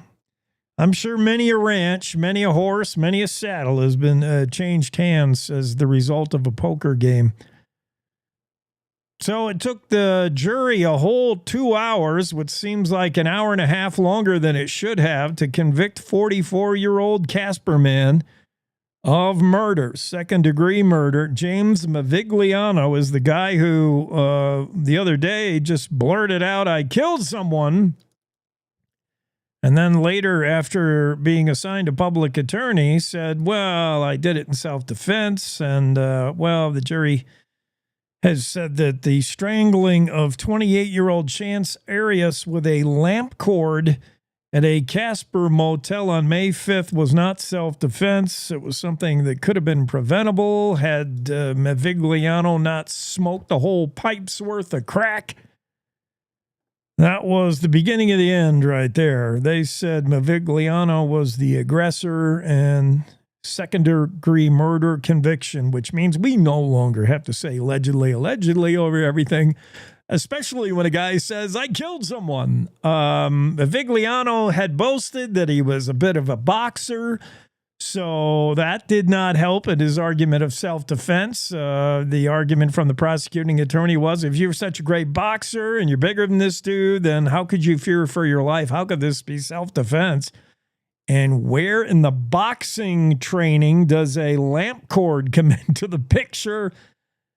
Yeah, the jury wasn't buying it either. We're looking for sentencing to come up later, but it looks like James Mavigliano guilty of second-degree murder. That story from Dale Killingbeck in the Cowboy State Daily today. You'll have to check that out. Right now, it's 9 o'clock and time for top of the hour news with Wendy Core. It's time to take a look at what's happening around Wyoming for Thursday, December 12th. I'm Wendy Core, bringing you headlines from the Cowboy State Daily Newsroom, brought to you by the Cowboy State Daily Morning Show with Jake. From 6 a.m. to 10 a.m. Monday through Friday, Cowboy State Daily's Jake Nichols takes you deeper into the stories that matter and keeps up with the news, weather, and sports in your part of Wyoming. Just tune into CowboyStateDaily.com and join the conversation. Albertsons on Wednesday announced that it's terminating a $25 billion merger with Kroger and plans to file suit seeking billions in compensation. The merger collapse comes one day after a state judge in Washington and a federal judge in Oregon temporarily blocked the deal in a suit filed by the Federal Trade Commission and several states, including Wyoming. Cowboy State Daily's Renee Jean reports that both companies threw accusations at each other Wednesday after the deal's failure. Albertsons says Kroger was self-serving and willfully insufficient in trying to secure the merger. Kroger is saying that they were not, that it's Albertsons' fault and that they interfered with the merger process. Albertsons has actually filed suit against Kroger seeking billions in compensation for lost time, loss of share value, multiple millions spent. It's ugly. At stake between the companies is a $600 million termination fee, which Albertsons said is due immediately, but that Kroger says Albertsons is certainly not entitled to. The University of Wyoming is cautiously eyeing the future of its athletics department under a quickly changing college sports landscape. UW is requesting a one-time payment of $1.5 million from the Wyoming legislature in its supplemental budget request to help support the school's athletics department moving forward. Cowboy State Daily's Leah Wolfson reports that the request comes as a result of a $2.7 billion settlement the NCAA made in October with thousands of current and former Division I students who are seeking compensation tied to their athletic services and commercial use of their names, images, and likenesses. UW is going to have to try to find ways to raise money to try to pay the bills it needs to pay and be able to get in the athletes it wants to get in to its teams, whether that comes down to raising money for NIL or other benefits. The fact that it's seeking out money from the Wyoming legislature shows that the legislature is probably going to play some kind of role in this if they want the UW athletics program to remain competitive. UW President Ed Seidel said the Mountain West Conference, of which UW is a member, has been holding emergency meetings at an increasing frequency to deal with the dramatically changing athletics landscape. A top bear biologist, along with a coalition of environmental organizations, filed a petition Wednesday with the U.S. Fish and Wildlife Service to completely revamp the agency's grizzly management policy throughout Wyoming, Montana, and Idaho. Wildlife biologist Chris Servine told Outdoors reporter Mark Hines that the current management policy is flawed and has left the lower 48 with relatively isolated island populations of grizzlies. He's actually the one who drew up the plan, the 1993 plan, which which has kind of guided grizzly bear management since. And he said, you know what? That plan is flawed. We've got the greater Yellowstone ecosystem grizzlies here, and then up here we've got the Northern Continental Divide grizzlies. From his point of view and a point of view of a lot of people, there should be continual interconnected grizzly bear habitat running all the way from Canada all the way down to the southern end of Yellowstone Park. Although Servine now opposes the idea of delisting grizzlies, there are many who favor the concept, including Wyoming's congressional delegation. They argue that the grizzly population has grown well past the numbers needed for recovery, and that conflicts with humans will only increase as the bears keep pushing out of core habitat and into settled areas. A jury took 2 hours to convict a 44-year-old Casper man who blurted out, "I killed somebody," in a prior court hearing of second-degree murder Wednesday. James Mavigliano was found guilty of beating and strangling a man at a local motel. Cowboy State Daily's Dale Killingbeck was in court for the verdict. A 7-man and 5-woman jury in Natrona County District Court today spent 2 hours deliberating and came back with a second-degree murder verdict. He took the verdict standing up and appeared very calm as the clerk read the verdict in court. I was able to speak to the victim's brother, and he said that he believed that justice was served. Second-degree murder carries a potential 20 years to life in prison, while the possession of a controlled substance charge carries a penalty of up to 12 months in jail and a $1,000 fine. A Wyoming Bitcoin company will receive $4.1 million in the fallout of its 20-month lawsuit against a Chinese-owned cryptocurrency mine that was ordered shut down and sold in May.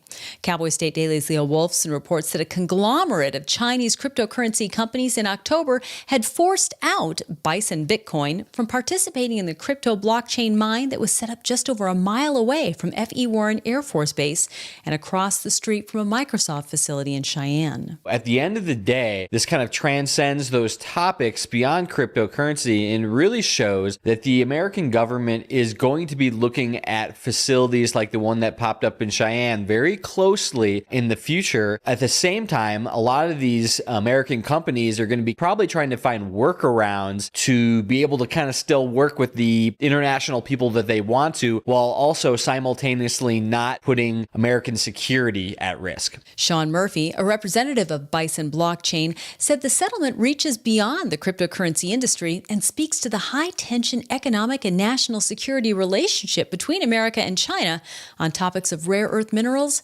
tariffs, and spying.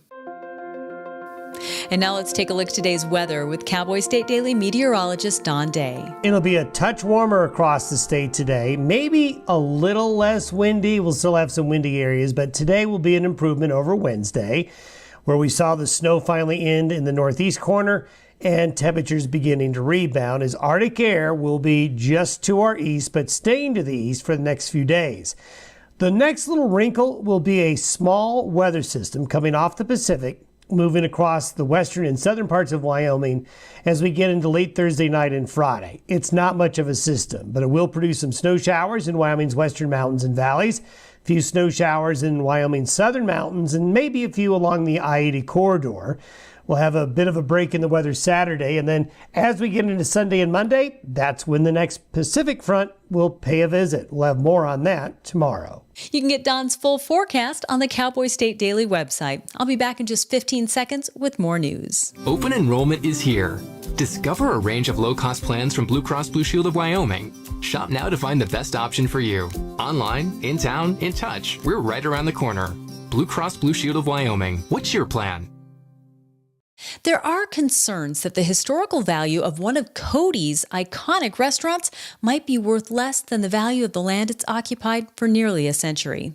Cassie's Supper Club, most recently Cassie's Steakhouse, has been a Cody staple for nearly a century. It's now closed after a recent change in ownership, and Cowboy State Daily's Andrew Rossi reports that after the recent demolition of other historic structures in the community, some are concerned about the restaurant's future. Historic structures occupy prime prime real estate in a lot of places, not just in the United States, but around the world. Cassie's sits along Yellowstone Avenue, which is US Highway 14, which is the primary corridor, the east entrance of Yellowstone National Park. So a future owner of this historic restaurant might decide that the real estate is more valuable than the historic value. And the thing in Cody is there is no protection for historic structures. All you need is permission to demolish the structure. The restaurant was named after its owner, Cassie Waters, a colorful character who opened several businesses in Cody.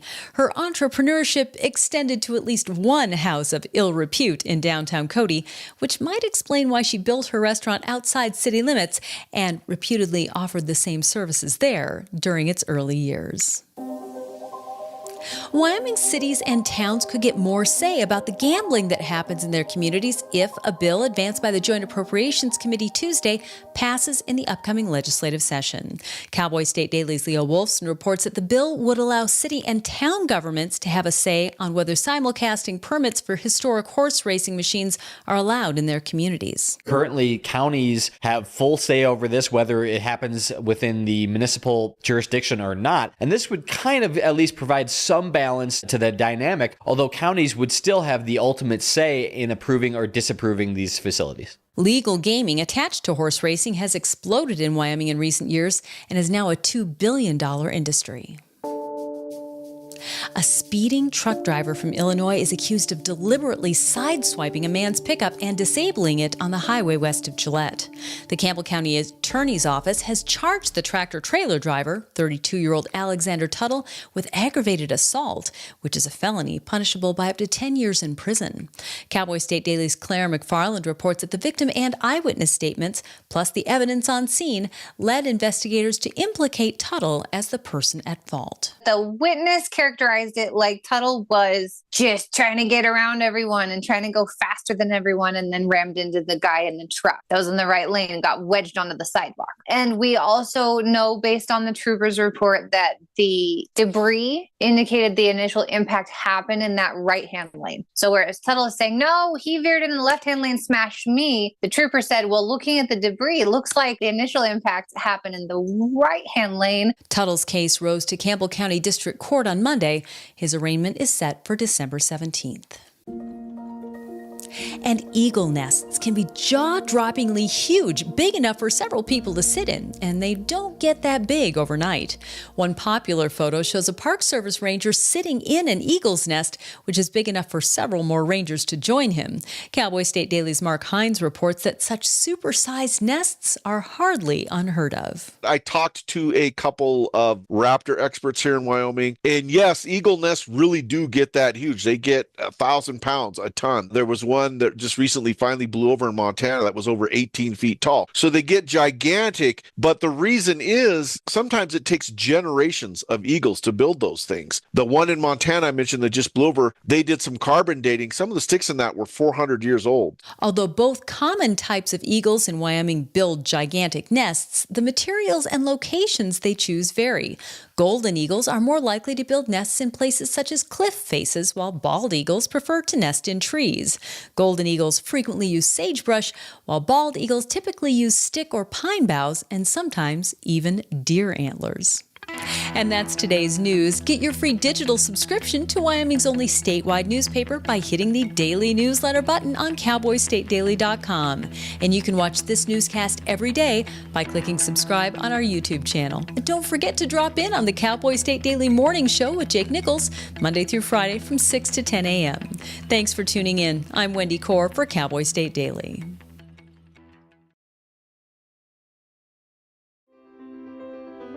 Thank you, Wendy. 9:12 this morning. I am aggravated.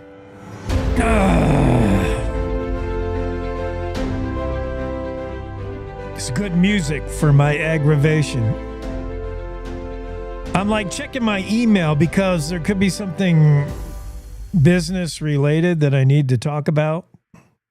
What happened to my aggravation music? That's not aggravation. That's not real aggravated. Cowboys. But I saw an email from YouTube TV that says they're going to raise my monthly rate $10.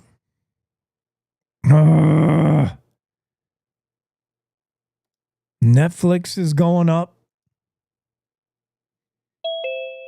This might be a problem for our business reporter, Renee Jean, to handle.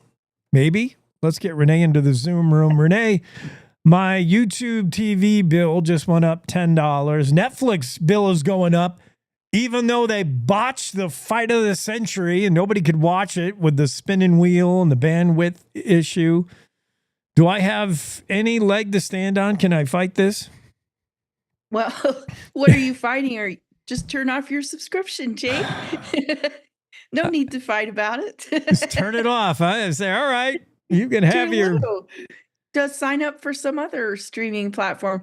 I mean, Netflix hasn't had anything really great and new in a long time, have they? No, right. Every night I have the conversation with myself, maybe it's time to turn Netflix off. Yeah, you get so close. You're like, it's the same old stuff. I've seen all this. They never change. Yeah, and you get right to where you're going to press the button and you don't do it. And I mean, they added all these mobile games, but why would you do that? I don't really understand that. I get them so as a replacement for TV, right? Why do I want mobile games on my streaming platform? I don't get that. I don't know, but let's be frustrated together. Renee, Cowboy State Daily, and I just, the man is sticking it to us. The sweet spot, I think, is to just get one of those specials where they're offering you a $2.99 deal for 6 months. And then after 6 months, you've watched everything you wanted to watch anyway. Just turn it off and move on to the next. Good point. We're talking about, $10 price increase, $2.99, when poor Albertsons is in Kroger. They're talking about billions with a B. This merger's done. I think we saw the writing on the wall yesterday with that announcement from the judges, and Albertsons sure saw the writing on the wall. They've pulled out. Is this over? But the fighting, I guess, over, but the shouting. I don't think it is over. I mean, it is ugly. Yeah. This is an ugly divorce that's about to happen. Albertsons is blaming Kroger. Kroger is blaming Albertsons. I think at stake here is a $600 million breakup fee that Kroger doesn't want to pay. And so I think it's going to get really ugly.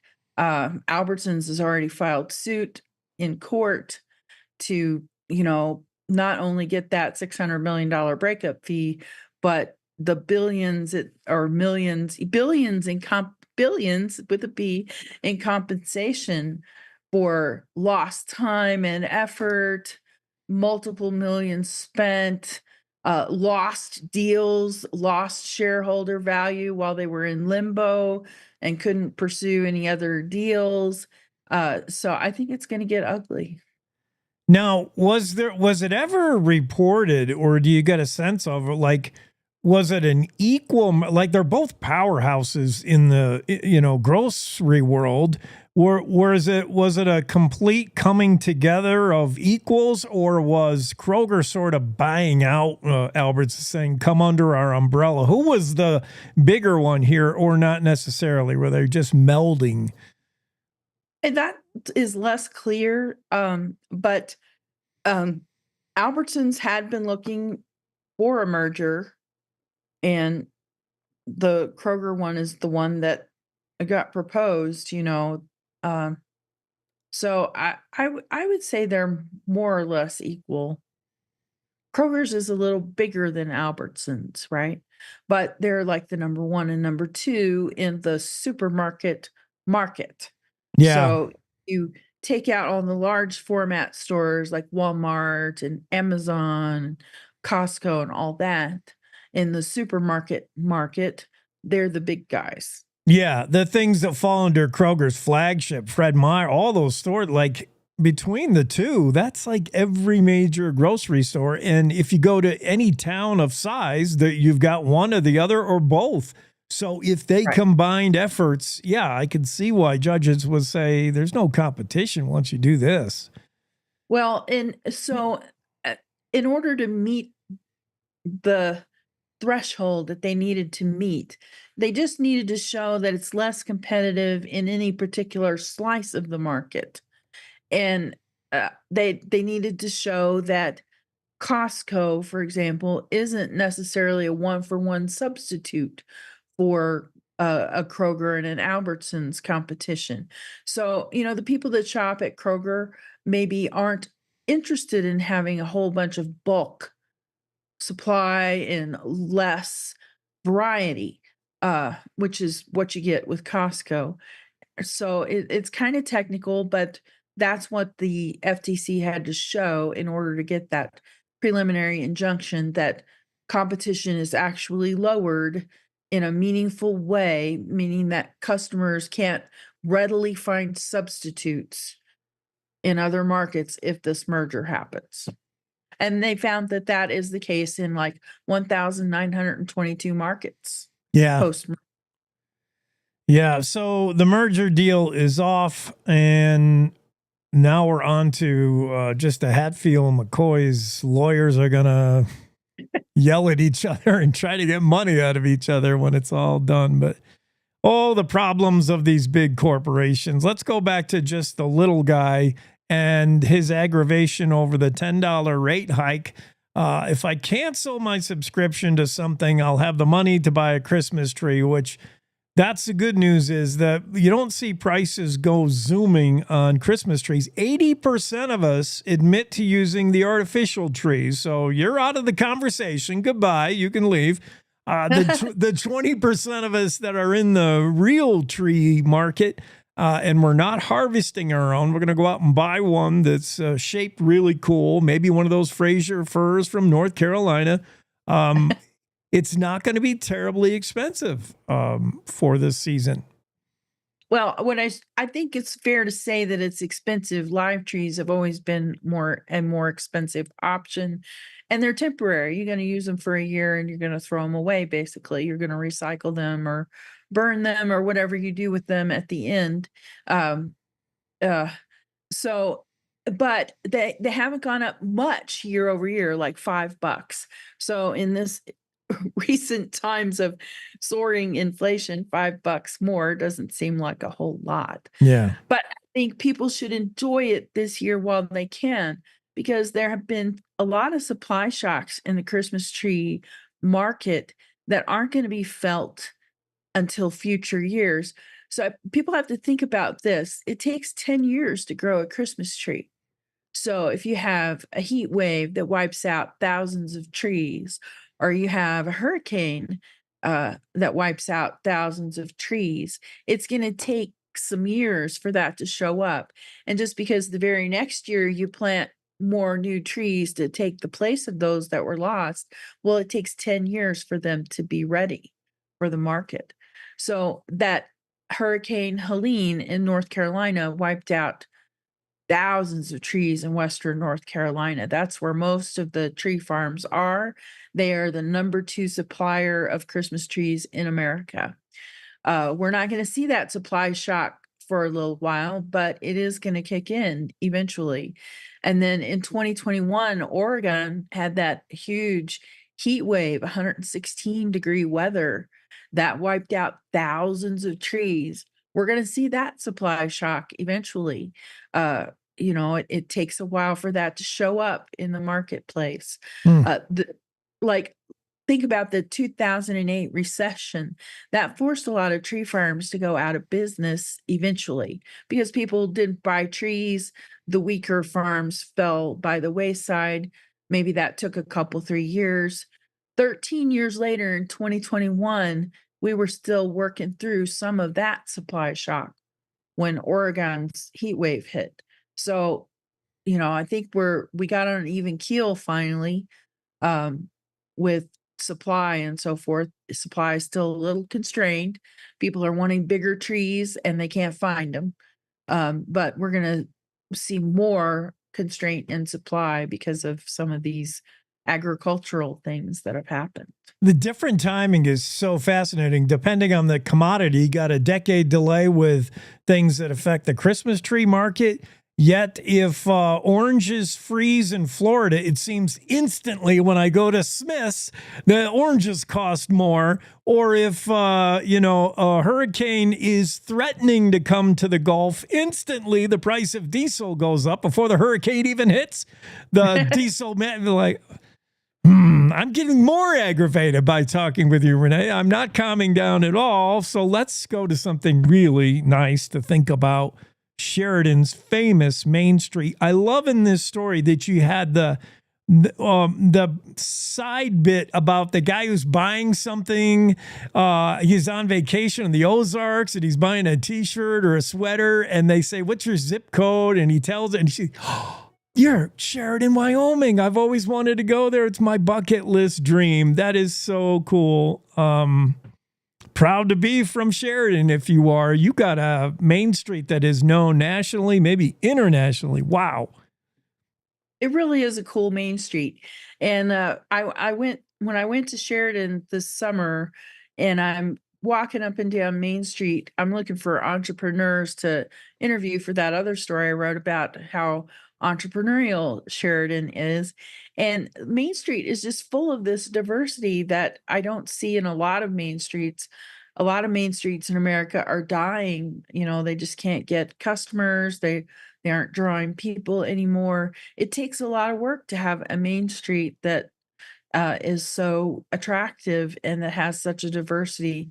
Sheridan has hit the right notes. They got candle shops next to bike shops, next to a gallery. They've got King Ropes there, Don King's famous saddlery shop. That's got a museum in it that's world famous, Western Art Gallery. They've got the Mint Bar, which is also pretty famous. That lighted cowboy sign at night really lights up the main street. They've got the WYO Theater, which is so cool that Kathy Mattea remembers its name. Yep. And then, they got the Katy building, which is a very historic looking building on the outside. It's gotten a redo on the inside. It's fabulous. It now has a restaurant in it.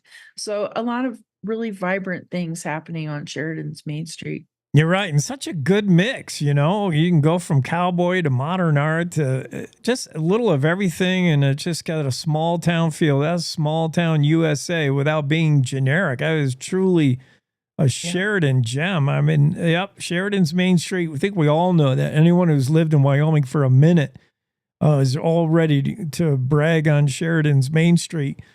How about Brian Durlew? Is he back in the States yet? This guy is, he's on one kind of a ride. He gets an invite to speak for the United Nations conference in Saudi Arabia. He thought it was some kind of spam or scam. And then he finds out, nope, he's actually on the map internationally for being a water conservation guy and he cleans up water. What a thrill. Yeah. I think like most of us, he got a email inviting him to speak at the United Nations, and of course he thought it was a scam. I mean, it just sounds like a scam. We're all getting these wacky emails telling us that some prince has died and we're on his will somehow. Yeah. We are. I know. And this guy, he's like, all I've got is this little startup called Frog Creek Partners. There's no way the United Nations has heard of me. But they have. But actually they had. And so it turned out that this wasn't a scam at all. They paid for his hotel room. They paid for his flight. He spoke on December the 10th on a panel about water security and artificial intelligence. Kind of interesting here is, we know that artificial intelligence requires a lot of data computing power, and that means water to cool the servers. One of the reasons we're getting artificial intelligence centers here in Wyoming, data centers in Wyoming, is our climate. It's cooler, here for longer. And in the summers are kind of mild. And so they don't need as much water to cool the servers. It's less expensive. But with that water use come water challenges. Maybe artificial intelligence will help solve some of that. It can model the water usage. It can look at the rainfall pattern. It can figure out how to divvy up in a fair manner the available water right. There's that saying in Wyoming, and I think Wyomingites understand it better probably than anywhere else, that whiskey's for drinking and water's for fighting. We don't get much rainfall here, 13 inches, but we sit on top of like 5 major watersheds. So it's a really interesting topic. Brian is not back in the States yet, but I'm sure he will be soon. And we'll have a conversation with him about what was it like in Riyadh and what was it like to be on the UN world stage. Pretty cool, I think. Yeah, Brian's ahead of the curve on some things and found out he truly is. And this is all a dream he had. He woke up, suddenly ran to the garage, and before you know it, he had started a company using AI to clean up water. It all came from an experience of seeing the toxicity. Is that a word? Of a cigarette butt. Yeah, and it killed some minnows, and man, he had a nightmare about it. And he woke up and he's launched a company. And if he had any doubts whether he was known or whether he belonged with these heavy hitters, they were cured pretty fast when he saw who he was on a panel with. He's like, these guys are like, they do this for a living. They know what they're talking about. If I'm invited to speak with them, I must have hit the big time. That's cool. Yeah. We got to clear the room for Ask Abby segment, but I do want to, you just barely touched it. I do want to talk to you about Wyoming being uniquely poised to kind of be the one-stop shop for AI. Everybody's talking about AI, which means data centers, which is Wyoming, which means data centers got to be cooled and fueled, which brings in TerraPower. TerraPower's got to be fueled by uranium, which brings and it's all comes full cycle. Wyoming is uniquely poised to tackle AI in the coming future and do it all in state. It's unbelievable what it could mean for the economy. I'm going to talk to Governor Gordon next week, and I'll pose that question to him. But Renee, with your knowledge of science and business and the economy, you can really lay this out for us. And let's do that next time we chat next week. Okay, sounds good. Cool. Thank you. We'll see you Tuesday. That's Renee Jean, Cowboy State Daily reporter, and her specialty business and science stuff. And I'm excited for Wyoming and what the future could mean with AI, because I think Wyoming can be a huge player in the whole artificial intelligence thing. Even though I'm scared of robots taking over the world, if someone convinces me humans won't be killed off in the process, then I'm excited for the state and what it might mean for the economy. Let's clear the palate. Ask Abby segment is next, right after this.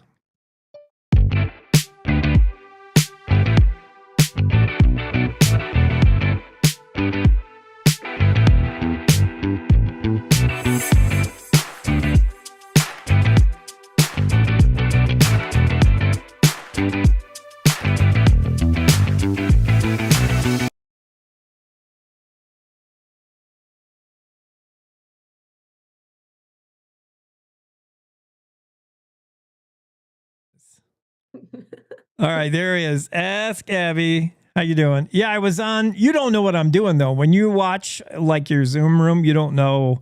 You just see me sitting there doing nothing, right? Yeah. Oh, well, yeah. Maybe I have to figure out a way so people know that I'm not ready for them yet. I guess I could watch. I could watch from. Well, from the website.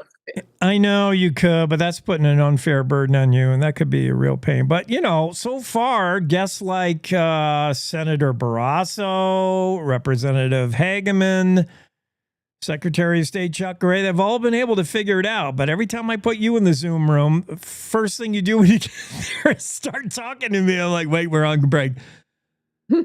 I'm so excited. I know you should be, because my Ask Abby segment is going to have a lot of tough questions for Ask Abby. Perfect. Really, I'm serious. This is going to be hard. And by the way, our boss Jimmy says he will challenge you to a trivia question thing anytime. He saw your last performance on trivia, and he's like, Tell Abby that I'll come on anytime. I'll go head-to-head trivia. That's not even fair. Jimmy has so much knowledge, such a advantage over me. So, but whatever. You've got knowledge. Okay, this is crazy trivia. Ask Abby questions. How did this even turn in? How did this turn into trivia? Because I didn't know. I don't know how. Honestly, we just evolve. Yeah. We just evolve. Well, do you have anything to? I mean, you're the guest. You could bring whatever you want to the table. I'm gonna have to find more. I'm gonna have to find more friends to come on the show. Talk like. Well, that's not fair. You can't hide behind your guests. You're so eager to talk when you get in the Zoom room. If you don't have your own topics ready, then you're going into Abby Trivia. Ask Abby segment. I'll be more prepared. I asked Cowboy Kevin what he thought about the new license plates. He hasn't seen any. I've seen just a couple now starting to come out. Have you seen the new Wyoming license plate? Do you give it a thumbs up or down? Yeah. Okay. I sort of like it, but I'm not sure. I'm medium on it. I liked the it's not very colorful, so I think that's why I don't love that, but I think it's also, I mean, isn't that what makes it better for like cops to spot and all the things? Yeah, because it's not busy. I like that it's not colorful. Like me, I'm like so old school. I like the simple design. Like I like our old welcome to Wyoming signs that were just, a buck and horse, brown. You're in Wyoming. Now they're like got all these 7 photographs and my eyes are like, I don't know what to look at. And the license plate, I want it to be super simple. And the black looks badass. It looks cool. Like I don't think is it black? Well, it's such a dark blue that it almost looks black to me. Yeah. I'm medium on them, but Okay. I won't complain. I won't say anything bad. Fair. Let me get to my Zoom room trivia question buzzer.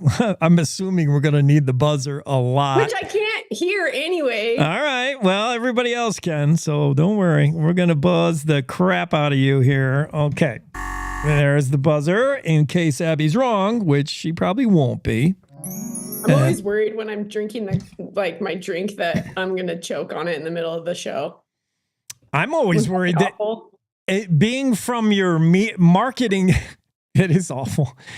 Where your mind goes, Abby. I'm always thinking when you're drinking, being your marketing background, that you're doing product placement. So I'm like, what is she drinking? What is she selling us? Okay, Abby. That's fantastic. You're always branding yourself. Good for you. Yeah, I'm just endorsing my own self. Yeah. I mean, you got to ride for the brand. Okay, in random order and in no particular reasoning, only one planet in our solar system rotates clockwise. All the rest, I didn't know that. All the rest rotate counterclockwise, including Earth. What's the only planet that rotates clockwise? I'll give you a hint, but it won't help you because you're too young. Frankie Avalon sang a song about this. I think it was Frankie Avalon. Somebody text me. Jimmy, text me. No, you can't phone a friend. And you can't get some rules, some supplements in. What does it start with? Besides the Frankie Avalon song, of course, there's the Bananarama song about this.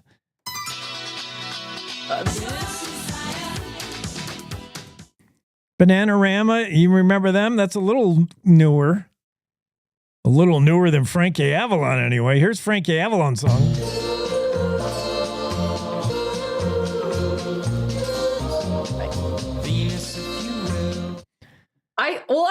I guessed Venus. Oh, okay. Sorry, I didn't hear that. Yep, you're right. Oh, wait. You get the correct sound effect.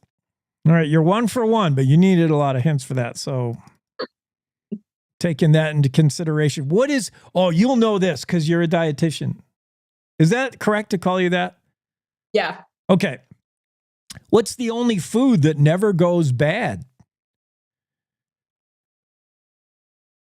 Spam. Yeah. Twinkies. Yes. We'll accept either of those. But technically, we were looking for honey. Oh, yes. I didn't know that. Yeah, honey, good. So, yeah, if you ever hear somebody say, oh, this honey's gone bad. No, it hasn't. Interesting. Speaking of the song we were just playing, Venus, and even though you didn't hear it, which means you don't know the clue, what is the name of, better known name of this singer actor, Stephanie Germanotta? We know Lady her. Gaga. Yes. That's Lady Gaga, right? Yes, it is. All right. You got that. Whoop. Good. The unicorn is the national animal of what country? I didn't even think their unicorn was real. Unicorns aren't real, right? No. They're like mythical. Yeah. Well- so Neverland. They're the national animal of Neverland. Yeah. No. Although this country probably drinks enough to think it saw a unicorn on the way home from the pub. Oh, This- yeah, really? Ireland? Scotland. We'll accept that. Oh, Scotland. Okay, yeah. Their national animal is a unicorn. Okay. All right. All right. All right. This should be easy, Abby, because you can count it right now as we sit here and watch. How many teeth does the average person have? Oh man, this is bad. This is awful because I have two uncles that are dentists. Oh no! Then you have an insight. You should be disqualified from answering.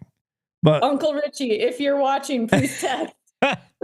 how many teeth? Is it in the 50s? I want to say it's in the 50s. Wow, it might be if you're Julia Roberts and she's got a mouth like that. No, the average person, not Julia Roberts. No, so there's not like 25 on top and 25 on bottom. You're too high. No. No. 24, 28. Close. 32. We'll give it to you. It doesn't 32. matter. I'm always going to get it eventually with enough hints. Yeah. And enough. Well, I don't want to make it real hard. Okay. 2 states in the U.S. have made it illegal to get married on a dare. I dare you to get married. One of them has to be Nevada. You would think, but no, you would not think, because Las Vegas, can't you just go to you can get a drive-through marriage. Yeah, so that would make me think that they would put some kind of law to prevent people from just going on a whim. Buzzer. I mean, no, it's not Nevada. Okay. One of them does border Wyoming, and it's not the one you're thinking of. I know what you're going to say. Idaho? I thought you were going to say Utah. No. Delaware. Delaware and Colorado have made it illegal to get married on a dare. Who knew? How are they going to enforce that? Do they ask? Well, was this marriage a dare? Yeah, right. It should be part of the thing when the officiant gets up there and does anybody have any objection? And also, does anybody have any knowledge of this being a dare? Were these children playing truth or dare? Yeah. And it went to the next level. Yep. Speak now or forever hold your peace. Okay, within a measurable, within a lot of leeway, we were talking about rotations of planets. How fast does the Earth rotate? How fast does the Earth spin? Oh, I know that. It's 700 miles per hour. Close enough. I have 1,000. Of course, I'm getting my answers from the interweb, so, you never know. I just made that up. That's awesome. That's pretty close. I mean, 700 and to hear the answer is 1,000. That's close enough. How many elements on the periodic table? Oh man, this is post-traumatic stress for me. 192. 118. 118. What blood type is considered the universal donor? Do you know your blood type? I want to say I'm positive something. I don't though. Actually, good point. Do you know your? I don't. Does anyone know their own blood type? No, it was one of those questions I had to like ask my mom, and she was like, "No, Abby, you're 40 years old. You should know your own blood type." You knew it as long as you knew where your birth certificate was. So your mom knew it for as long as it took to put the birth certificate in a shoebox in the attic, and now nobody knows. I don't think it's on your birth certificate. Oh, you might be right. Yeah, I think nobody knows their own blood type, but well, we should as adults know it. The universal donor AB. No, I think that's an oddball one. I think AB's rare. I think O negative is what we were looking for. Okay, here's an easy one. Whenever you say it's going to be easy, it's not easy. This is easy. Somebody like you, Abby, going out to dinner at a fancy place. That's like you almost every night. You order lobster and they bring you lobster and you want to make sure you're getting what you ordered. So you count how many legs are on that thing. How many legs on a lobster? You don't eat the lobster legs though, do you? I don't think so. You eat crab legs. Right. All right. So that doesn't, but still we want to know how many legs on a lobster? 12. 10. How many reindeer does Santa have pulling the sleigh? 9. Ooh. Well, the answer is 8, but you're counting Rudolph, aren't you? You were going to exclude Rudolph? I'm going to buzz myself. Oh. My answer is 8. No. But that Sing the song and you'll know. Down our blessing. I think you're right about that. Wow. I don't think you're going to get any Christmas presents this year for that. Ooh, okay. All right. Me, on the other hand, I live at... No, I'm just kidding. Here's a tough one. What animal breathes through its butt?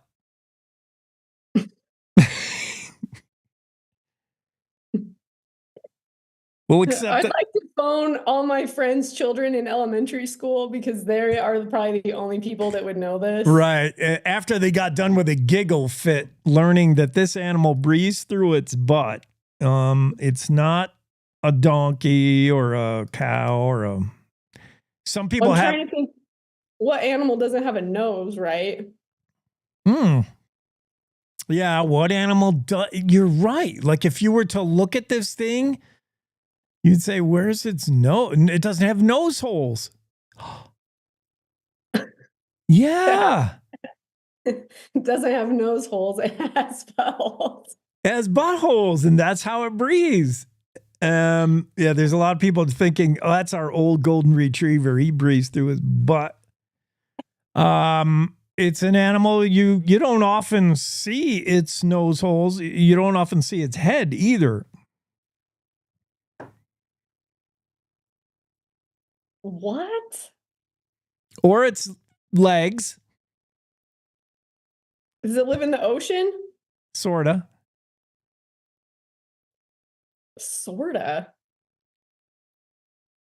You don't see its head. It sort of lives in the ocean. Travels with its own home. A turtle? Yes. We'll give that to you. Okay, and one final for all the marbles. We see it and hear about it all the time when we go on the interwebs. We're putting in the website, which is a URL. Give me a URL for your company. What does the letters URL stand for? Unique.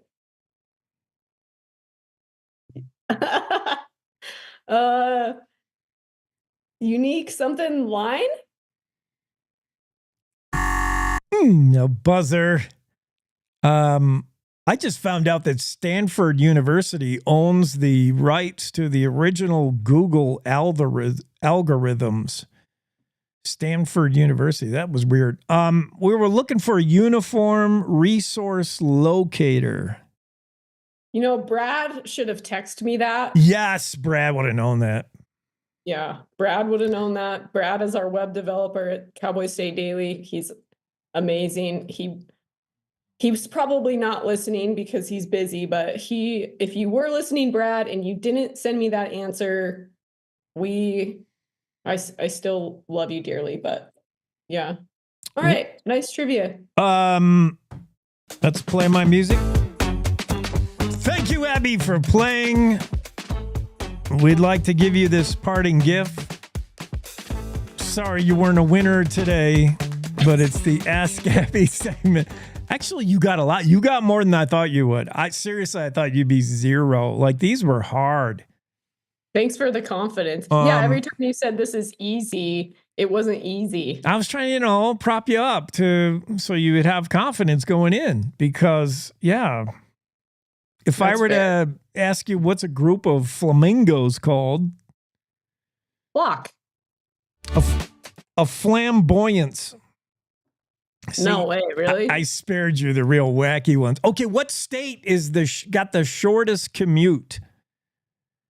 Like, they have to barely drive to work in this state. They work right next door, I guess. I don't know. And there's no reason you would know this, I guess.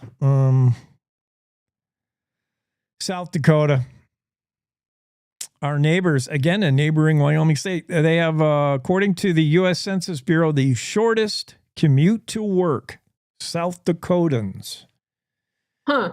Yeah, a whole bunch of useless trivia, but Abby, you did really well on the trivia show.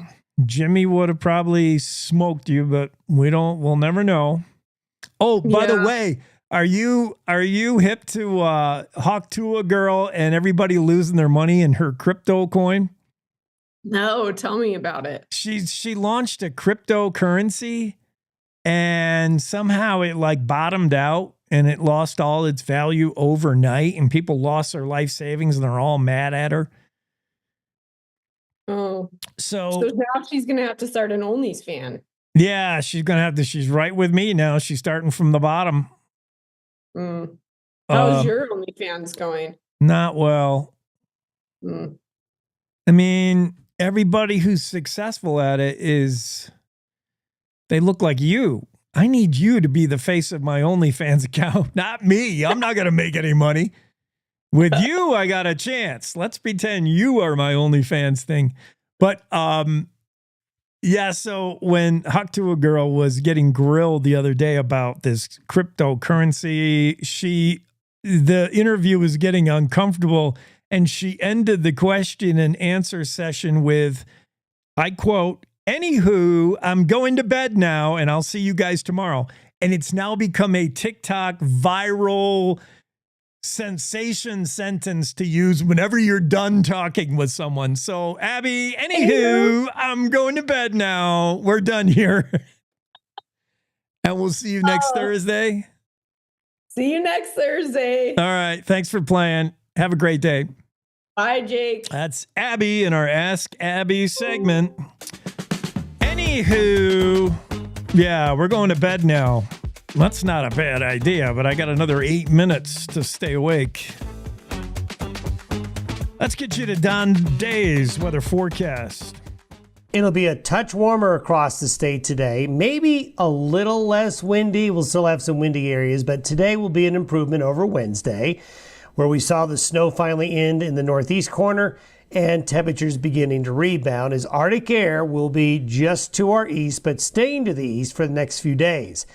The next little wrinkle will be a small weather system coming off the Pacific, moving across the western and southern parts of Wyoming as we get into late Thursday night and Friday. It's not much of a system, but it will produce some snow showers in Wyoming's western mountains and valleys, a few snow showers in Wyoming's southern mountains, and maybe a few along the I-80 corridor.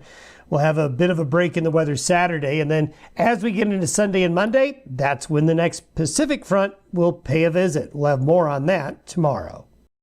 Thank you, Don. That's your updated weather forecast. What's going on in Wyoming weather-wise today? A little bit quiet. Some of us will get a snow shower a little bit, especially in the morning. Otherwise, most of us going to see partly sunny to mostly sunny skies, cloudy in a few places, and, of course, windy everywhere. It is Wyoming. A couple of more stories to get to before we roll out of here for the morning. UW wants $1.5 million from the state for its share of what it has had to do to pay athletes. It's all part of a $2.7 billion NCAA settlement, and it all involves the world of college sports today, which has just gotten impossible to navigate for some schools. UW Athletics Director Tom Berman, who had to go before the Joint Appropriations Committee on Tuesday with hat in hand to ask for $1.5 million, said, "Hey, the world of college athletics is changing dramatically, and we feel like this is an opportunity for us to grow as a program, and in order to keep up, we're hoping that between the university, the state, and the private sector, we can cover all our costs." And, you know, it all comes down for this settlement the NCAA made in October, $2.7 billion settlement, where colleges have had to pay their athletes for their services and commercial use of their names. It's called the Names, Image, and likenesses, the NIL money that you hear so much about.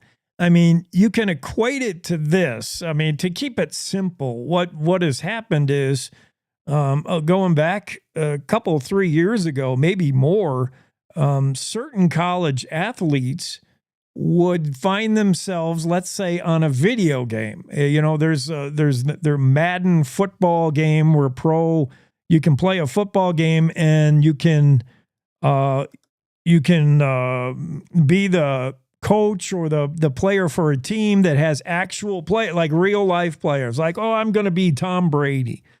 And there was also an NCAA football game which had actual players. And at the time, the players are saying, wait a minute, if I'm appearing on this video game, that's my likeness. I should be paid for that. And of course, you know, EA Sports and the companies that made the game said, well, we have the right to just use you. You're a public person and an athlete. Well, everybody lawyered up. By the time the dust settled, it was agreed that yes, college athletes in certain situations should be paid for the use of their images, the use of their name, the use of their likeness. If it's used to make a profit by another company. So what it's meant is these colleges have had to go back and pay their players, even people that have already graduated. They have to go back and say, you know what, we used you 10 years ago, we got to pay you. So these NIL payouts have numbered in the billions. And for smaller mid-level schools like UW, University of Wyoming, these payouts are going to be crippling. I mean, that it hurts the budget.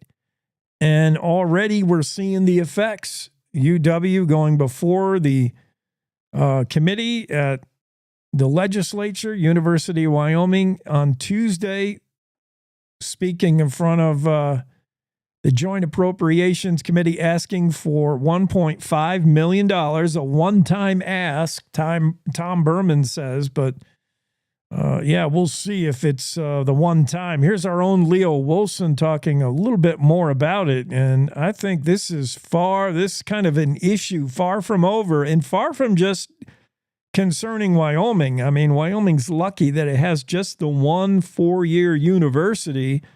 and just, a state school essentially where they can go to the state for funding like this. Here's what Leo had to say regarding this story. The University of Wyoming is cautiously eyeing the future of its athletics department under a quickly changing college sports landscape.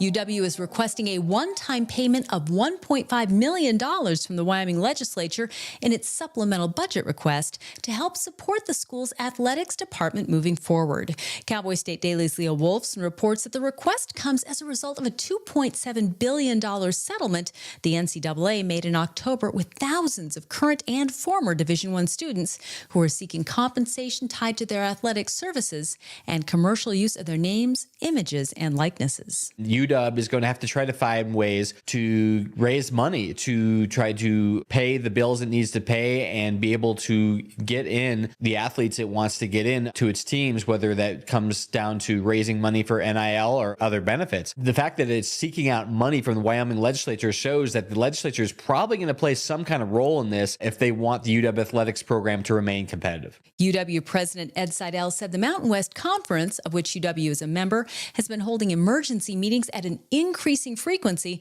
to deal with the dramatically changing athletics landscape.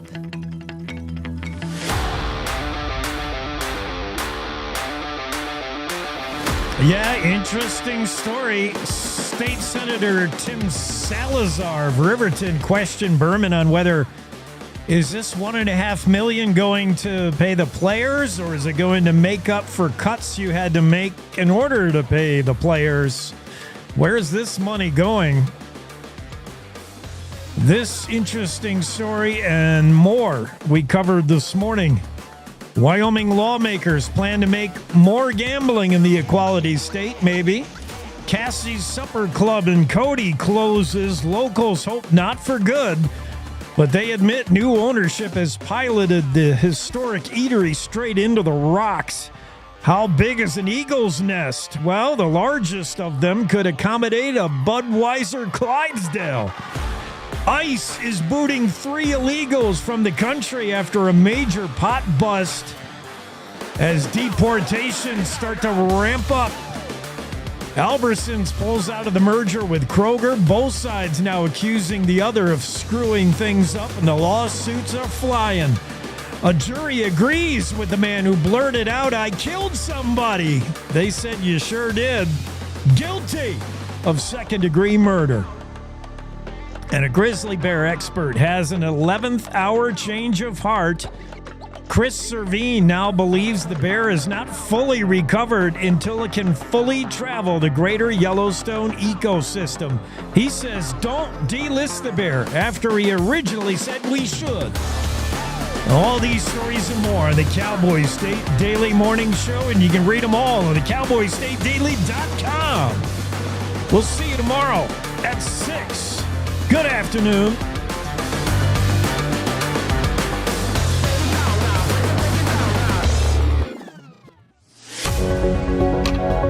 Good morning. This is the Cowboy State Daily Morning Show with Jake. The new way Wyoming wakes up.